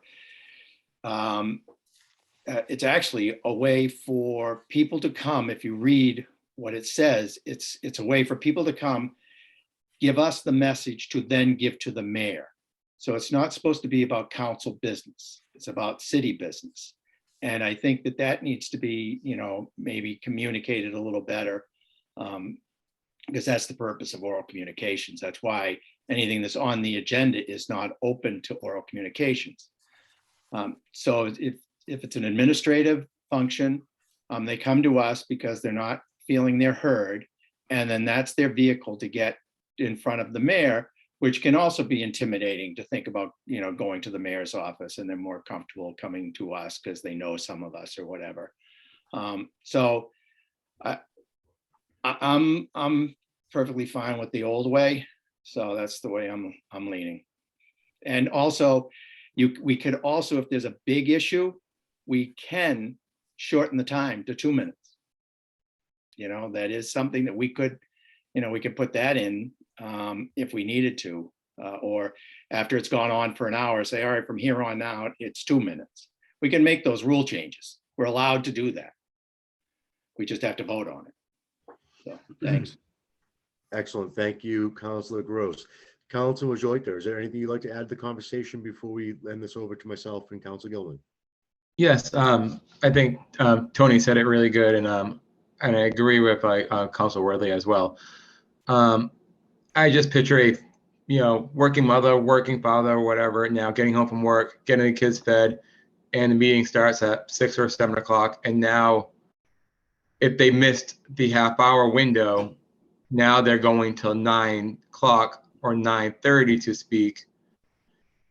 And now they woke up at 5 a.m. and it's just a very long day, and they might not want to speak at that point. And I think that's just unfair for those people who want to speak. So I think Tony said it great. You know, whether we just keep it as is, and, you know, if there is a lot of people participating, then we can, you know, lower the time that the constituents need to speak. Excellent. Thank you, Councilor Wojcicki. I'll add my 2 cents. I did think this was a great idea in the beginning. Listening to people speak tonight, I'm a little bit more torn to go back to the prospective original plan, as we had said in the previous motion as well. I think Frank's comment of a family person that only has a certain amount of time, or they've worked all day and they need to come out and they have something to say, and next thing you know, it's 40 minutes into it, 30 minutes into it, and they got to wait until 10 or 11, they may not be able to say it. So with that being said, I do think that maybe we should stick around with the same ordinance on this that we have now. Council Gilman. So I really respect all of your opinions, so thank you. I had a couple of comments. First of all, for ward counselors, we need to start getting back into having ward meetings, because these are the types of issues that I used to cover all the time back in pre-COVID days, when I was having 2 meetings every year, 2 at Lanesville Community Center and 2 at the church for Ward 4-1. And we would hash out all these types of matters. Councilor O'Hara used to attend quite a few of my meetings, and these were all the issues that we would talk about at ward meetings. So for ward counselors, I challenge you, now that things are easing and social distancing, that we really need to get back to having those meetings. That if we're solving them out with our constituents day after day in person, then they're not going to need to come here, because these are the types of issues we can help them navigate to get results and solutions, right? And then when we struggle with it, then we have to help by doing a request to the mayor to push a little harder. So there's a process. So I just wanted to say that. So so I would be comfortable, and let me just ask a hypothetical question. No, I'm not supposed to ask, because we're discussing this, but I would assume that if we have the zoning in front of us in 2 weeks, and we know that there are 100 people on the call, and probably 80 are going to want to speak for up to 3 minutes, which is 240 minutes, right? Which is 4 hours, right? And for some reason, the MBTA issue isn't on the table yet, or something else that we're talking about. And so we start the meeting and we ask for oral communications, and we see 25 hands. Okay. I guess there's always an opportunity for me to say, counselors, without objection, I suggest that we limit the speakers to 1 hour, and we have 25 with their hands up, and continue the rest after the public hearing. That probably wouldn't be a bad thing to do, and we might be able to negotiate that into the conversation.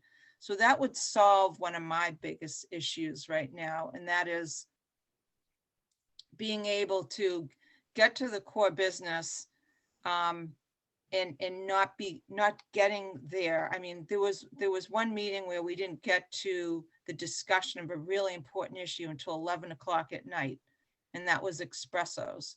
And it's just not good when you're trying to discuss with counselors really important issues, and all of a sudden everybody's tired and exhausted, and you don't spend enough time in the business that you need to be doing to make the right decisions, right? So I'm just sympathetic about being spent and tired before we get to the business that are just really dealing with requisite criteria. So I guess, I would support the amendment of 1 hour. I would be comfortable with that. But so I guess I would support the amendment. But I will support, obviously, the will of the committee, because I think there's a ways around this that we could get there if we had to, just by Robert's rules and using our rules of procedure. So anyway. So am I taking over now that I've spoken? Do you want to read the motion for the amendment for 1 hour, or would you like me to read that? I think you should read it. Okay. So on number 2, I think Jason has his hand up though, Counselor. Jason, I'm sorry, go ahead. Well, I was just going to say that the same argument that could be made for the 60-minute is equally made for the 30-minute. We can always extend the oral communications at the will of the council and the permission of the chair.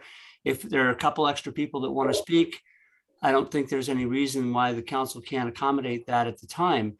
I just think that it gives us a clear cutoff that allows us the opportunity to get on with the business of the committee, of the council and the city, and you know, we can make those adjustments, but I do kind of like the idea of having a 30-minute limit. And I think if you make it an hour, then there's no point in having a limit. You know, an hour is an hour, and you know, our meetings are 4 to 5 hours as it is. And again, I'm perfectly happy to sit all night and listen to commentary, but I don't think that we should be holding applicants for permits and people who have come to specifically been asked to come to the council, essentially holding them responsible for allowing us to do things that aren't on the agenda. And I think that we just drawing a very thin line in the sand and offering the opportunity at the end of the meeting, that's a pretty nice compromise, I think. Okay. Counselor Worthley. Thank you. Specifically on my amendment for 60 minutes, if you're of the mindset that you don't want to support any limit, you can still vote for the amendment for 60 minutes because it might pass. And then we're back to 30. So the conversation right now is simply 60 or 30. And then we get back to the main motion of 30 or 60, depending on what passes, or no limit at all. So I think we stick to the amendment first, and then we vote on the main motion. Counselor O'Neill, you had your hand up. Yeah. Sorry, I just lost my train of thought. That's my fault. Give me a second here. Train station talks tomorrow night. I know. All right. I definitely respect everyone's time. So honestly, I forget what I was going to say. We can move on to Counselor Memhard and come back to you. Yeah, that'd be good. Thank you. Counselor Memhard. The one thought that is clear in my mind is that we need to respect not just our constituents and voters, but also the people that we've invited to present or to hear from. And I'm mindful of a city council meeting within the last year and a half, when we were expecting it was an important update from Karen Carroll, our Director of Public Health. And, after an hour and a half of public comment, we had to send her away and reschedule her for 2 weeks from then. And that seemed to be an inappropriate priority and use of our time, our opportunity to hear from her. I don't know what issue it was or what combination of issues that chewed up all that public comment time that evening. But I just think it's important that we maintain the chair's discretion to prioritize how we manage our time together with the public and with the business we have before us. It's helpful to provide some general guidelines, but it really should be the chair's discretion based on the agenda before us that particular evening. I'm all in favor of hearing from folks, but I think we also have to respect the fact that we have important business to proceed with. Counselor O'Neill. Yes, thank you. Thanks for bearing with me. We know that the zoning amendments is a big deal. Is going to be a lot of public comment. Is there a way that we can lighten the rest of the agenda? Or is that, because we're foreseeing it, right? Is that an option or not? Because I don't know. So that's my question. Counselor Gilman, as president, would you like to answer that procedural question? Once you make commitments to people, it's really hard to lighten it. For example, let me just share one thing that's going to intersect next week. We have a presentation from Mike Hale at the beginning of the meeting on private road repair and transitions from private to public, right? But and then it's going to be intersecting with the zoning, right? So that's not great. But I gotta tell you, my constituents in Ward 4 are absolutely begging to have another session on private road repair. So, you know, it's kind of hard to all of a sudden say no to one thing when a lot of people are just waiting for that. It might be much more important to them than zoning right now. You know, so it's kind of hard. And then the things coming out of subcommittee report, those are things that we need for the business. You know, we can always try to just keep the pep up and really work hard, but it's hard to control the agendas on city council meetings. Okay.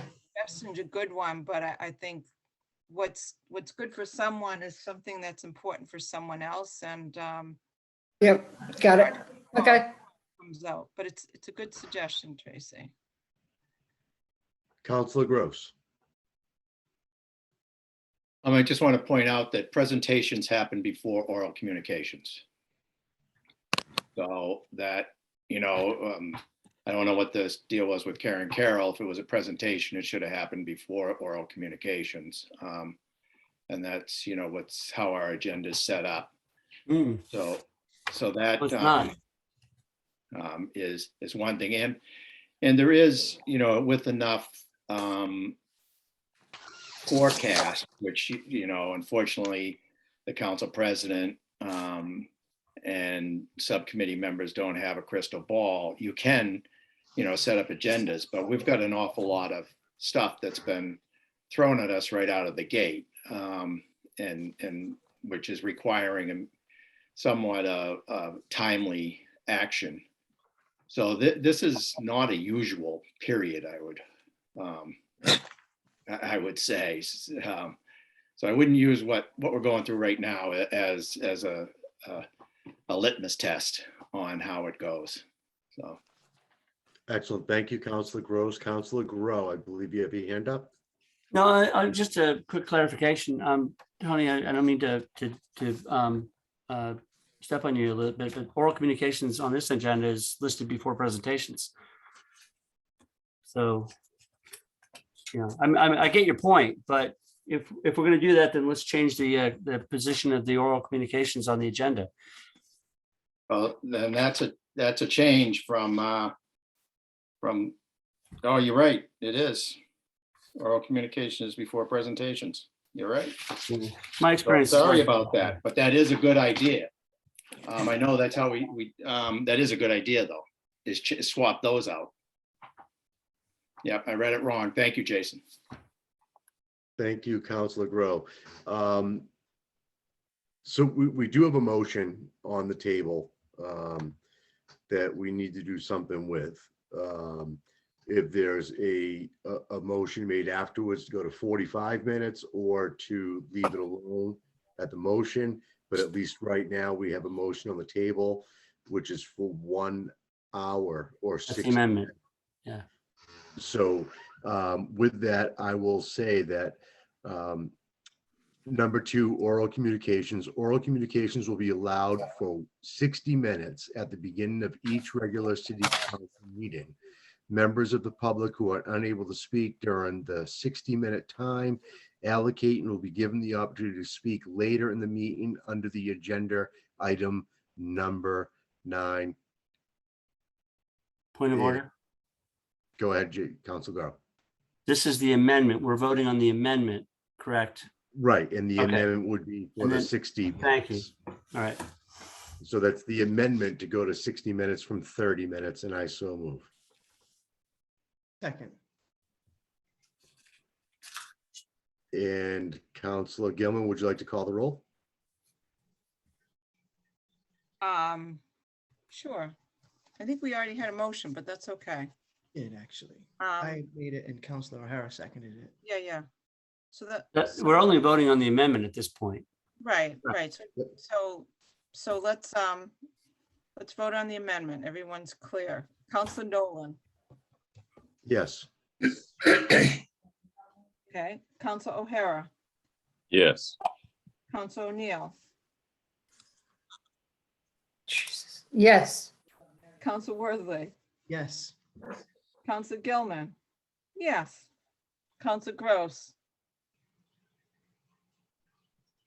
You're muted. Tony. No. Council Grow. No. Council Majota. Yes. Council Memhard. Yes. The yeses have it 7 in favor, 0 opposed. I know, I'm sorry, two opposed. And now we're back to the main motion, right? So, so now the main motion is exactly what we just voted, right? So we should revote the main motion, correct? So the amendment passed 7 in favor, 0, 2 opposed. So is everyone clear with what we're voting? Right now, it's basically the same thing. Okay, so I'm going to ask. That's waving his hand. I just want to ask, I just want to ask if we have a public hearing on zoning next on the agenda. Yeah. Madam Chairperson, just point of clarification. Yes vote would mean oral communications is limited to 60 minutes and it continued later to number 9 on the agenda. That's But correct. no vote would mean there's no limit to oral communications. Is that correct? That's correct. That's correct. Okay. Okay, so thank you for clarification. All right, so we know what the motion is and what this, and there was a motion, there was a second, no, in the main motion, correct? Yes. Okay. And I can read the motion again as I did. Okay, a second Ray ago. said we should always do that, so thank you, Council Nolan. Okay, so I'm going to read the same exact things. I made it a little bit longer than I should have in the first for the amendment. For number 2, oral communications will be allowed for 60 minutes at the beginning of each regular city council meeting. Members of the public who are unable to speak during the 60-minute time allocated will be given the opportunity to speak later in the meeting under the agenda item number 9. And now we can move. Seconded. And I see Councilor Groves get his Go hand up. ahead, you're still in charge, Council Nolan. I'm sorry to be a pain in the butt about this, but can we make sure that that says up to 60 minutes, not 60 minutes? Because we're not gonna define a 60-minute period of oral communications. We're saying up to 60 minutes. Okay, I will change that in my motion and reread the motion. Okay. Oral Second. I'll read it anyways. Motion by Nolan and seconded by Grow to just add a. Yeah, and up. Up to. I think we're Up good. to. Yeah. Up to. Okay, I think we're ready to vote. You want me to call the roll? Yes, Councilor President Gilman. You guys are gonna kill me. And I did beat you, Jason, so. You did. You beat me hard. Sorry. Council Nolan, Yes. Council O'Hara, Yes. Council O'Neill, Yes. Council Worthley, Yes. Council Gilman, yes, Council Gross, Yes. Council Grow, Yes. Council Majota, Yes. Council Memhard. Think about it. Yes.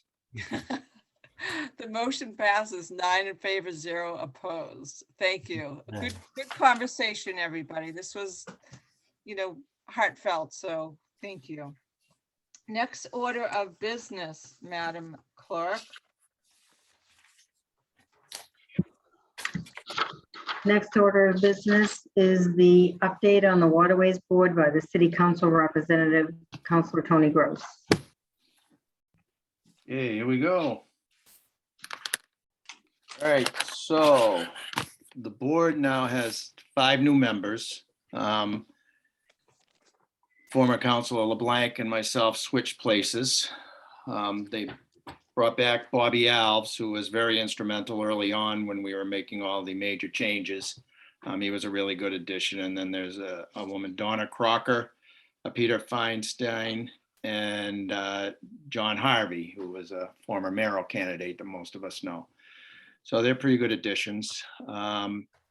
You saw on the consent agenda that some of the free cash is being spent, 22,000 of it going to refurbish the launch, make it like brand new. I can't remember, I think now it's like 8 years old and it's getting heavy amount of use. And in fact, where the Waterways Board is trying to figure out how to finance to buy a second launch because it's really such a service that's in such demand. And during the weekends, it really is just running all the time and can't keep up with the demand. Plus, if it breaks down, we're out of luck. So they're looking at that. They got 10,000 of those dollars that are in the that free cash that's coming for BNF. That's out of the enterprise fund is going for buoys, transient buoys and tackle out off of Niles to increase our ability to bring visitors to Gloucester without any traffic or parking, which is really a really good way to have people arrive to us. And usually those people are on vacation, and as most of us, when we're on vacation, we're pretty liberal with our spending, and we welcome them in open arms. They're buying transient buoys, updating them to easier pickup, which has really facilitated an awful lot of our positive reviews of how easy we are to find the buoys and to pick them up. And also no wake buoys that get worn out so that we can have them in our high traffic areas. Of course, sometimes they do about as much good as a speed limit sign does on a highway. We'll also be voting on the Clean Vessel Act, which I don't know if everybody's aware, we have a pump out boat and a pump out facility for the sewerage on boats. The new harbor master's office, boats can pull up there and get pumped out. But we also have a boat that can go out and pump the boats off, pump the sewerage off boats themselves. So that's a state grant, $14,500. And that's about it. Anybody got any questions? John? Yeah, obviously the launch is a huge success. I hear about that all the time from people, and it'd be great if we could maintain it and add a second one. The one question that I just would like to find out, if you could find out in the next meeting or so, the Waterways and the Harbor Master's Office being an enterprise fund, which is going to be hit drastically with the increases in fuels, oils, and also last I talked to someone about chains for moorings that have doubled almost 2.5 times the cost. That's going to affect the expected expenditures.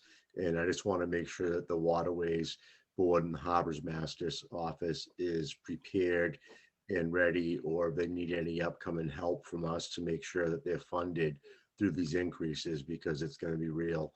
And boats burn fuel, and that's an expense that I know we didn't figure into this upcoming budget. Yeah, no, in this order that's coming for BNF, there is a $3,000 addition to in anticipation of a minimum of $5 a gallon, gasoline at the marinas, which will probably be higher because marinas are, well over $1 higher than you are at the gas station. So yes, they'll probably be back again out of their stabilization account to redo that.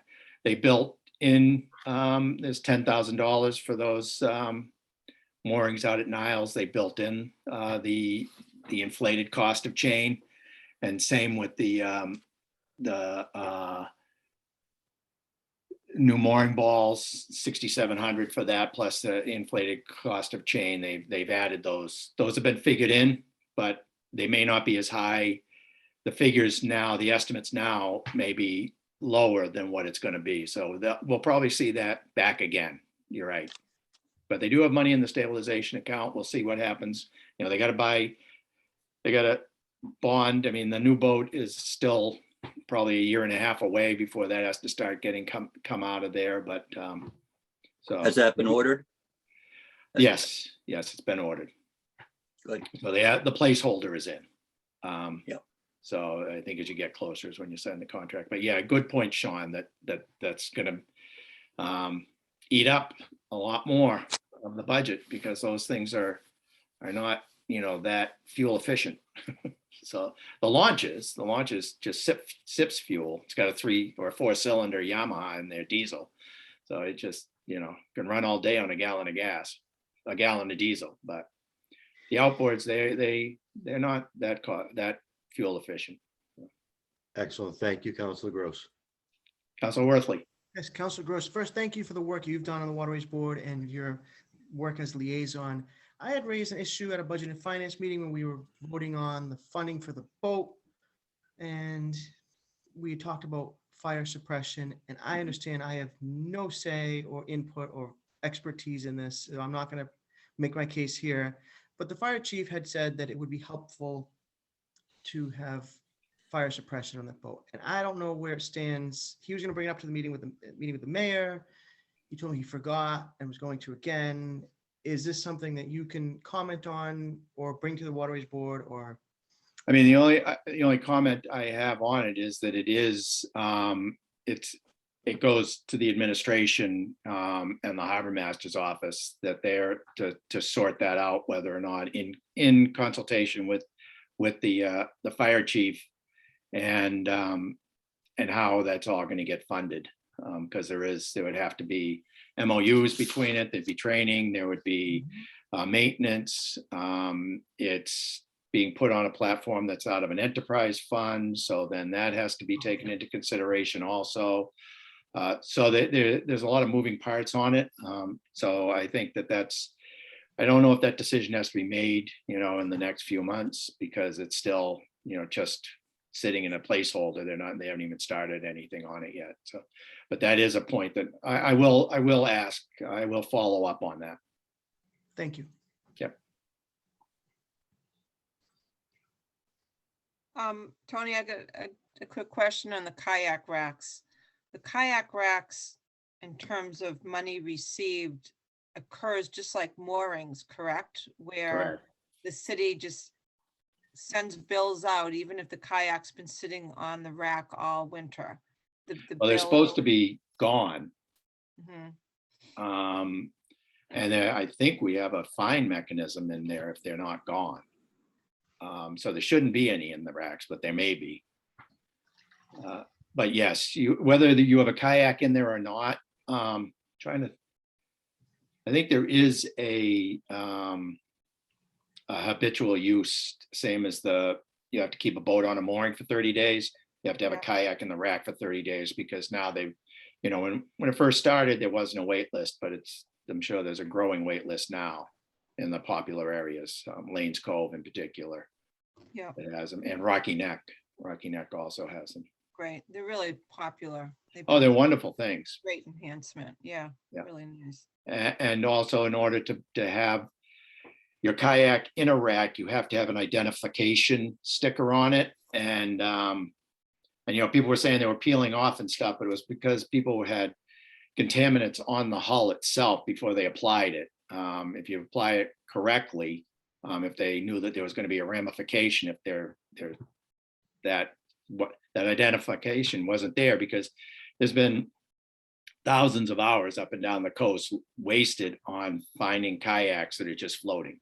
Right. And then the Coast Guard and Harbor Master's office all up and down both coasts have spent thousands of hours searching for people that were sitting in their living room unaware because they left their boat, their kayak where the tide could take it. Thank you. Tracy. Hey, Tony, you mentioned pump outs, and Yep. I would imagine if you go to a boat and pump it out, you charge more money. Is that correct? No, we do not charge them any money. It's the Clean Vessel Act from the federal Okay. government that goes to the state that then administers it to the city. We get $14,500 to do it. Okay. And that covers that cost. And they also paid for the dock and the pump out facility that's at the Harbor Master's office and all. So we get money for those. Okay, so as a visitor from New Hampshire or Rhode Island or whatever, and I moor my boat on Niles Beach, I can call the harbor master and ask him to come pump me out and that happens for free. Yes, we encourage it. Okay, We encourage it because we don't want them just, turning the Y valve to open, to run it right out, Yeah, that's- so we encourage it, we advertise it. well, when you put it that way, it makes sense. Yeah, and you can just come and get that done. You don't even have to you can anchor, you don't have to rent one of our moorings. You can just come and have that done. So it's Okay, it's really Alright. a quality service that we provide here. all right, thank you. Yep. Okay, thank you, Tony. That was really helpful. We're really happy that you're on the Waterways Board. Thank you. Is Steve holding up his end? Of course he is. Okay, just checking. He's been there for a while. So On and off occasionally. Yeah, well, except for when you guys interfered with meetings, he couldn't make it. Okay. It's all on us. Yes, of course it is. Okay, counselors, Madam Clerk, next order of business. Councilors' request to the mayor. Okay, we're going to do this by roll call vote again. So I'm going to ask Council Nolan, do you have any requests to the mayor? I have no requests to the mayor, and we've had good weather. So this week, I just want to put a big thank you out to the clerk's office. They've all worked very hard over the last 2 years, and I haven't had a chance to thank them during this time of a meeting. And I thought about it today, and we wouldn't be able to do what we do without everybody in the clerk's office. And I want to thank you all, especially you, Joanne. Thank you. Yay. Thank you, Joanne. You're welcome. Council O'Hara. Thank you. I want to ask the mayor if he could review our elementary schools from the standpoint of fire protection, fire sprinkler systems to focus on. West Parish is a modern school, has it. We tore down Veterans School, which had a fire sprinkler system, but East Gloucester, Plum Cove, Beaman, and St. Anne's do not have fire sprinklers. And fire sprinkler systems save lives, it's documented, and we owe it to not only the children that are in the schools that those could protect, but also the chaos that would come if we lost a school in a fire. With a fire sprinkler system will cause water damage, but it'll put out the fire. So you send a crew in, clean up the water damage, and maybe the remnants of the fire and life goes on.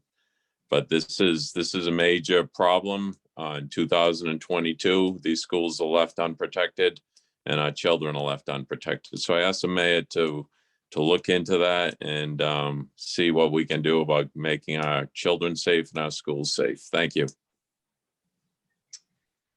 Thank you. Council O'Neill. I have no requests at this time. Thank you. Council Worthley. Yes, thank you. So on my drive to Plum Cove School every morning, I noticed a few things. I had my daughter text myself, so I don't text and drive. A couple of requests. One is 57 Cherry Street. There's a tree on public property that's leaning into Cherry Street, and there's wires, and the tree is rotted. And so if we can take a look at what responsibility the city has to that, that could be helpful. There's a big pothole right at the entrance to Dogtown Common on Cherry Street. There's a pothole on Guy Ave. And there's another one, I can't read what she typed, so I'll get back to you on that one. But those are 3 requests. And then similarly, early in the meeting, we heard the mayor saying that he was going to look at a list of public properties and then make some recommendations on potentially having the city develop or work with a developer or a nonprofit. I would like to request that similarly to get the full list of public properties for other purposes that we may need to look at. Every city-owned property and its current zoning. That would be helpful. And that's it for me. Thank you. Counselor Gross. I'm all set. Counselor Grow. I don't have any requests to the mayor, but I would like just to take a minute if I could. I learned today that Gloucester lost an icon in its community in Michael Linquata yesterday. And I had the pleasure of photographing Mr. Linquata 7 years ago now as part of the Veterans Project. And I just want to point out a couple of things. I'm looking at the little biography that I wrote for my website and for the presentation that we had at City Hall. Mr. Linquata was a U.S. Army medic right out of high school when he was sent off to serve in the Third Army. He served as a medic, and he spent 3 months as a prisoner of war after staying with 20 wounded men who had the Germans then captured. This man was awarded 4 Bronze Stars for his service, which is pretty phenomenal. He was awarded the French Legion of Honor and the Presidential Unit Citation. That was his service in World War II. Of course, he then came back to Gloucester. He opened up the Gloucester House, which is, an iconic presence on the waterfront. He was instrumental in the Gloucester World War II and Korean War veterans, Korean War monuments. He was a gentleman every time I met him. I know that he was a big part of who Gloucester is and was. And I just want to ask the council to join me in wishing his family our condolences and our gratitude. So that's what I'd like to say. Here, here. Jason, I may be incorrect, but I believe his wife predeceased him by just a week or two. I wasn't aware of that. I know, but they were married an awful long time. Yes. 2 years, spent 1 week apart, and that last week. Guy. So, thank you, Councilor Grow. Councilor Majota. Mine is more a request of, based on the parks, with the weather changing, it now becoming spring, what's the plan, or what's the budget for improving the parks in each individual wards? I know Ward 3 has a few parks, and the condition of them are just not safe for children, and a lot of things need improvement. So I guess my request is more just information on park improvement and where I can go. Thank you. Councilor Memhard. Yes, thank you. I'd like to start by just expressing my gratitude to Mayor Verga and CAO Jill Cahill for their time this evening. It was extremely helpful to check in at the beginning of our meeting and have a chance to talk back and forth. That was really, it felt very constructive. On a separate matter, I brought this to attention of the school committee and the superintendent, but I have constituents on Eastern Avenue and going into Webster Street. They're very concerned that there's not proper notice of large construction vehicles bringing in steel girders and other building materials to the school building site on Webster Street. These are oversized vehicles which are blocking the traffic. We're having a terrible time trying to turn without striking residential homes and fences, blocking the traffic in every which way. And for whatever reason, the school committee is not providing, or the building committee, police details when these are scheduled for arrival and leaving, nor are there any signage that might be very helpful, just alerting both the drivers and other drivers that this is an active construction zone and that the traffic is accordingly. But this is an occasional problem, but when it does happen, it really snarls up the neighborhood. And it seems like something that the school committee and the school building committee could work with their contractors to try and address. Thank you. Can I speak to that for a second? Go ahead, Counselor. Having, recently been on the school committee, that actually is that's a school building committee, not, school committee has no authority over that whatsoever. That's the school building committee, which is out of the mayor's office. Just wanted to clarify that. Right, and I think the co-chairs are Jonathan Pope and Ben Lummis, if I'm not Right. mistaken. Yeah, and I've reached out to them. Great, that's awesome. So I'm the last one, and I have two. One is request to the mayor that the mayor requests that the Traffic Commission review a continued request to place a permanent speed limit electronic sign in front of 1 Cherry Street prior to the hairpin turn leading to Poplar Street. This request includes reviewing accident reports and conducting a site visit. Brutal, brutal corner. Many accidents over the years. And just one of those e-signs is what the neighbors are requesting and have been requesting. So I know that, I believe they cost $5,000 each, which is a lot of money. These neighbors are asking for a permanent sign, but just gonna request that of the mayor. And the second is something, just a follow-up that I kind of have been talking to Mayor Verga about, is I just want to plant a seed to request the mayor that we possibly increase the public works line item on small paving from 60,000 to 120,000 for fiscal 23 budget. Just planting a seed that we need to do more. And Mayor Verga mentioned that tonight, and just having a little bit more money would go a long way, particularly for the roads that we're driving on constantly over and over and over again. So that's my request. And go GHS hockey, proud of them immensely. And this concludes our meeting. So does anyone have a motion to adjourn? So moved. Second. So Council Nolan moved it and Worthley seconded it. Roll call vote. Council Nolan, Yes. Have a great night. Council O'Hara, Yes. Council O'Neill, Yes. Council Worthley, Yes. Thank you. Council Gilman, yes. Council Gross, Yes. Council Grow, Yes, Council Majota. he said yes. Oh, he did? Yes, sorry. Absolutely. You're probably up at 4 in the morning with the kids, so you must be pooped. I was up at 12 and I was up at 3 and then 5 again. Unbelievable.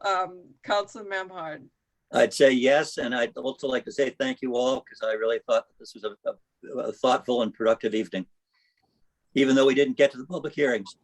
We'll have fun. We'll have fun. thank you, everyone. Thank you, Joanne. Good night, Thank everyone. you, Joanne. Right. Jill Cahill stay until the end, and Thank you, Adrian, Jill. take care. Good night, everyone.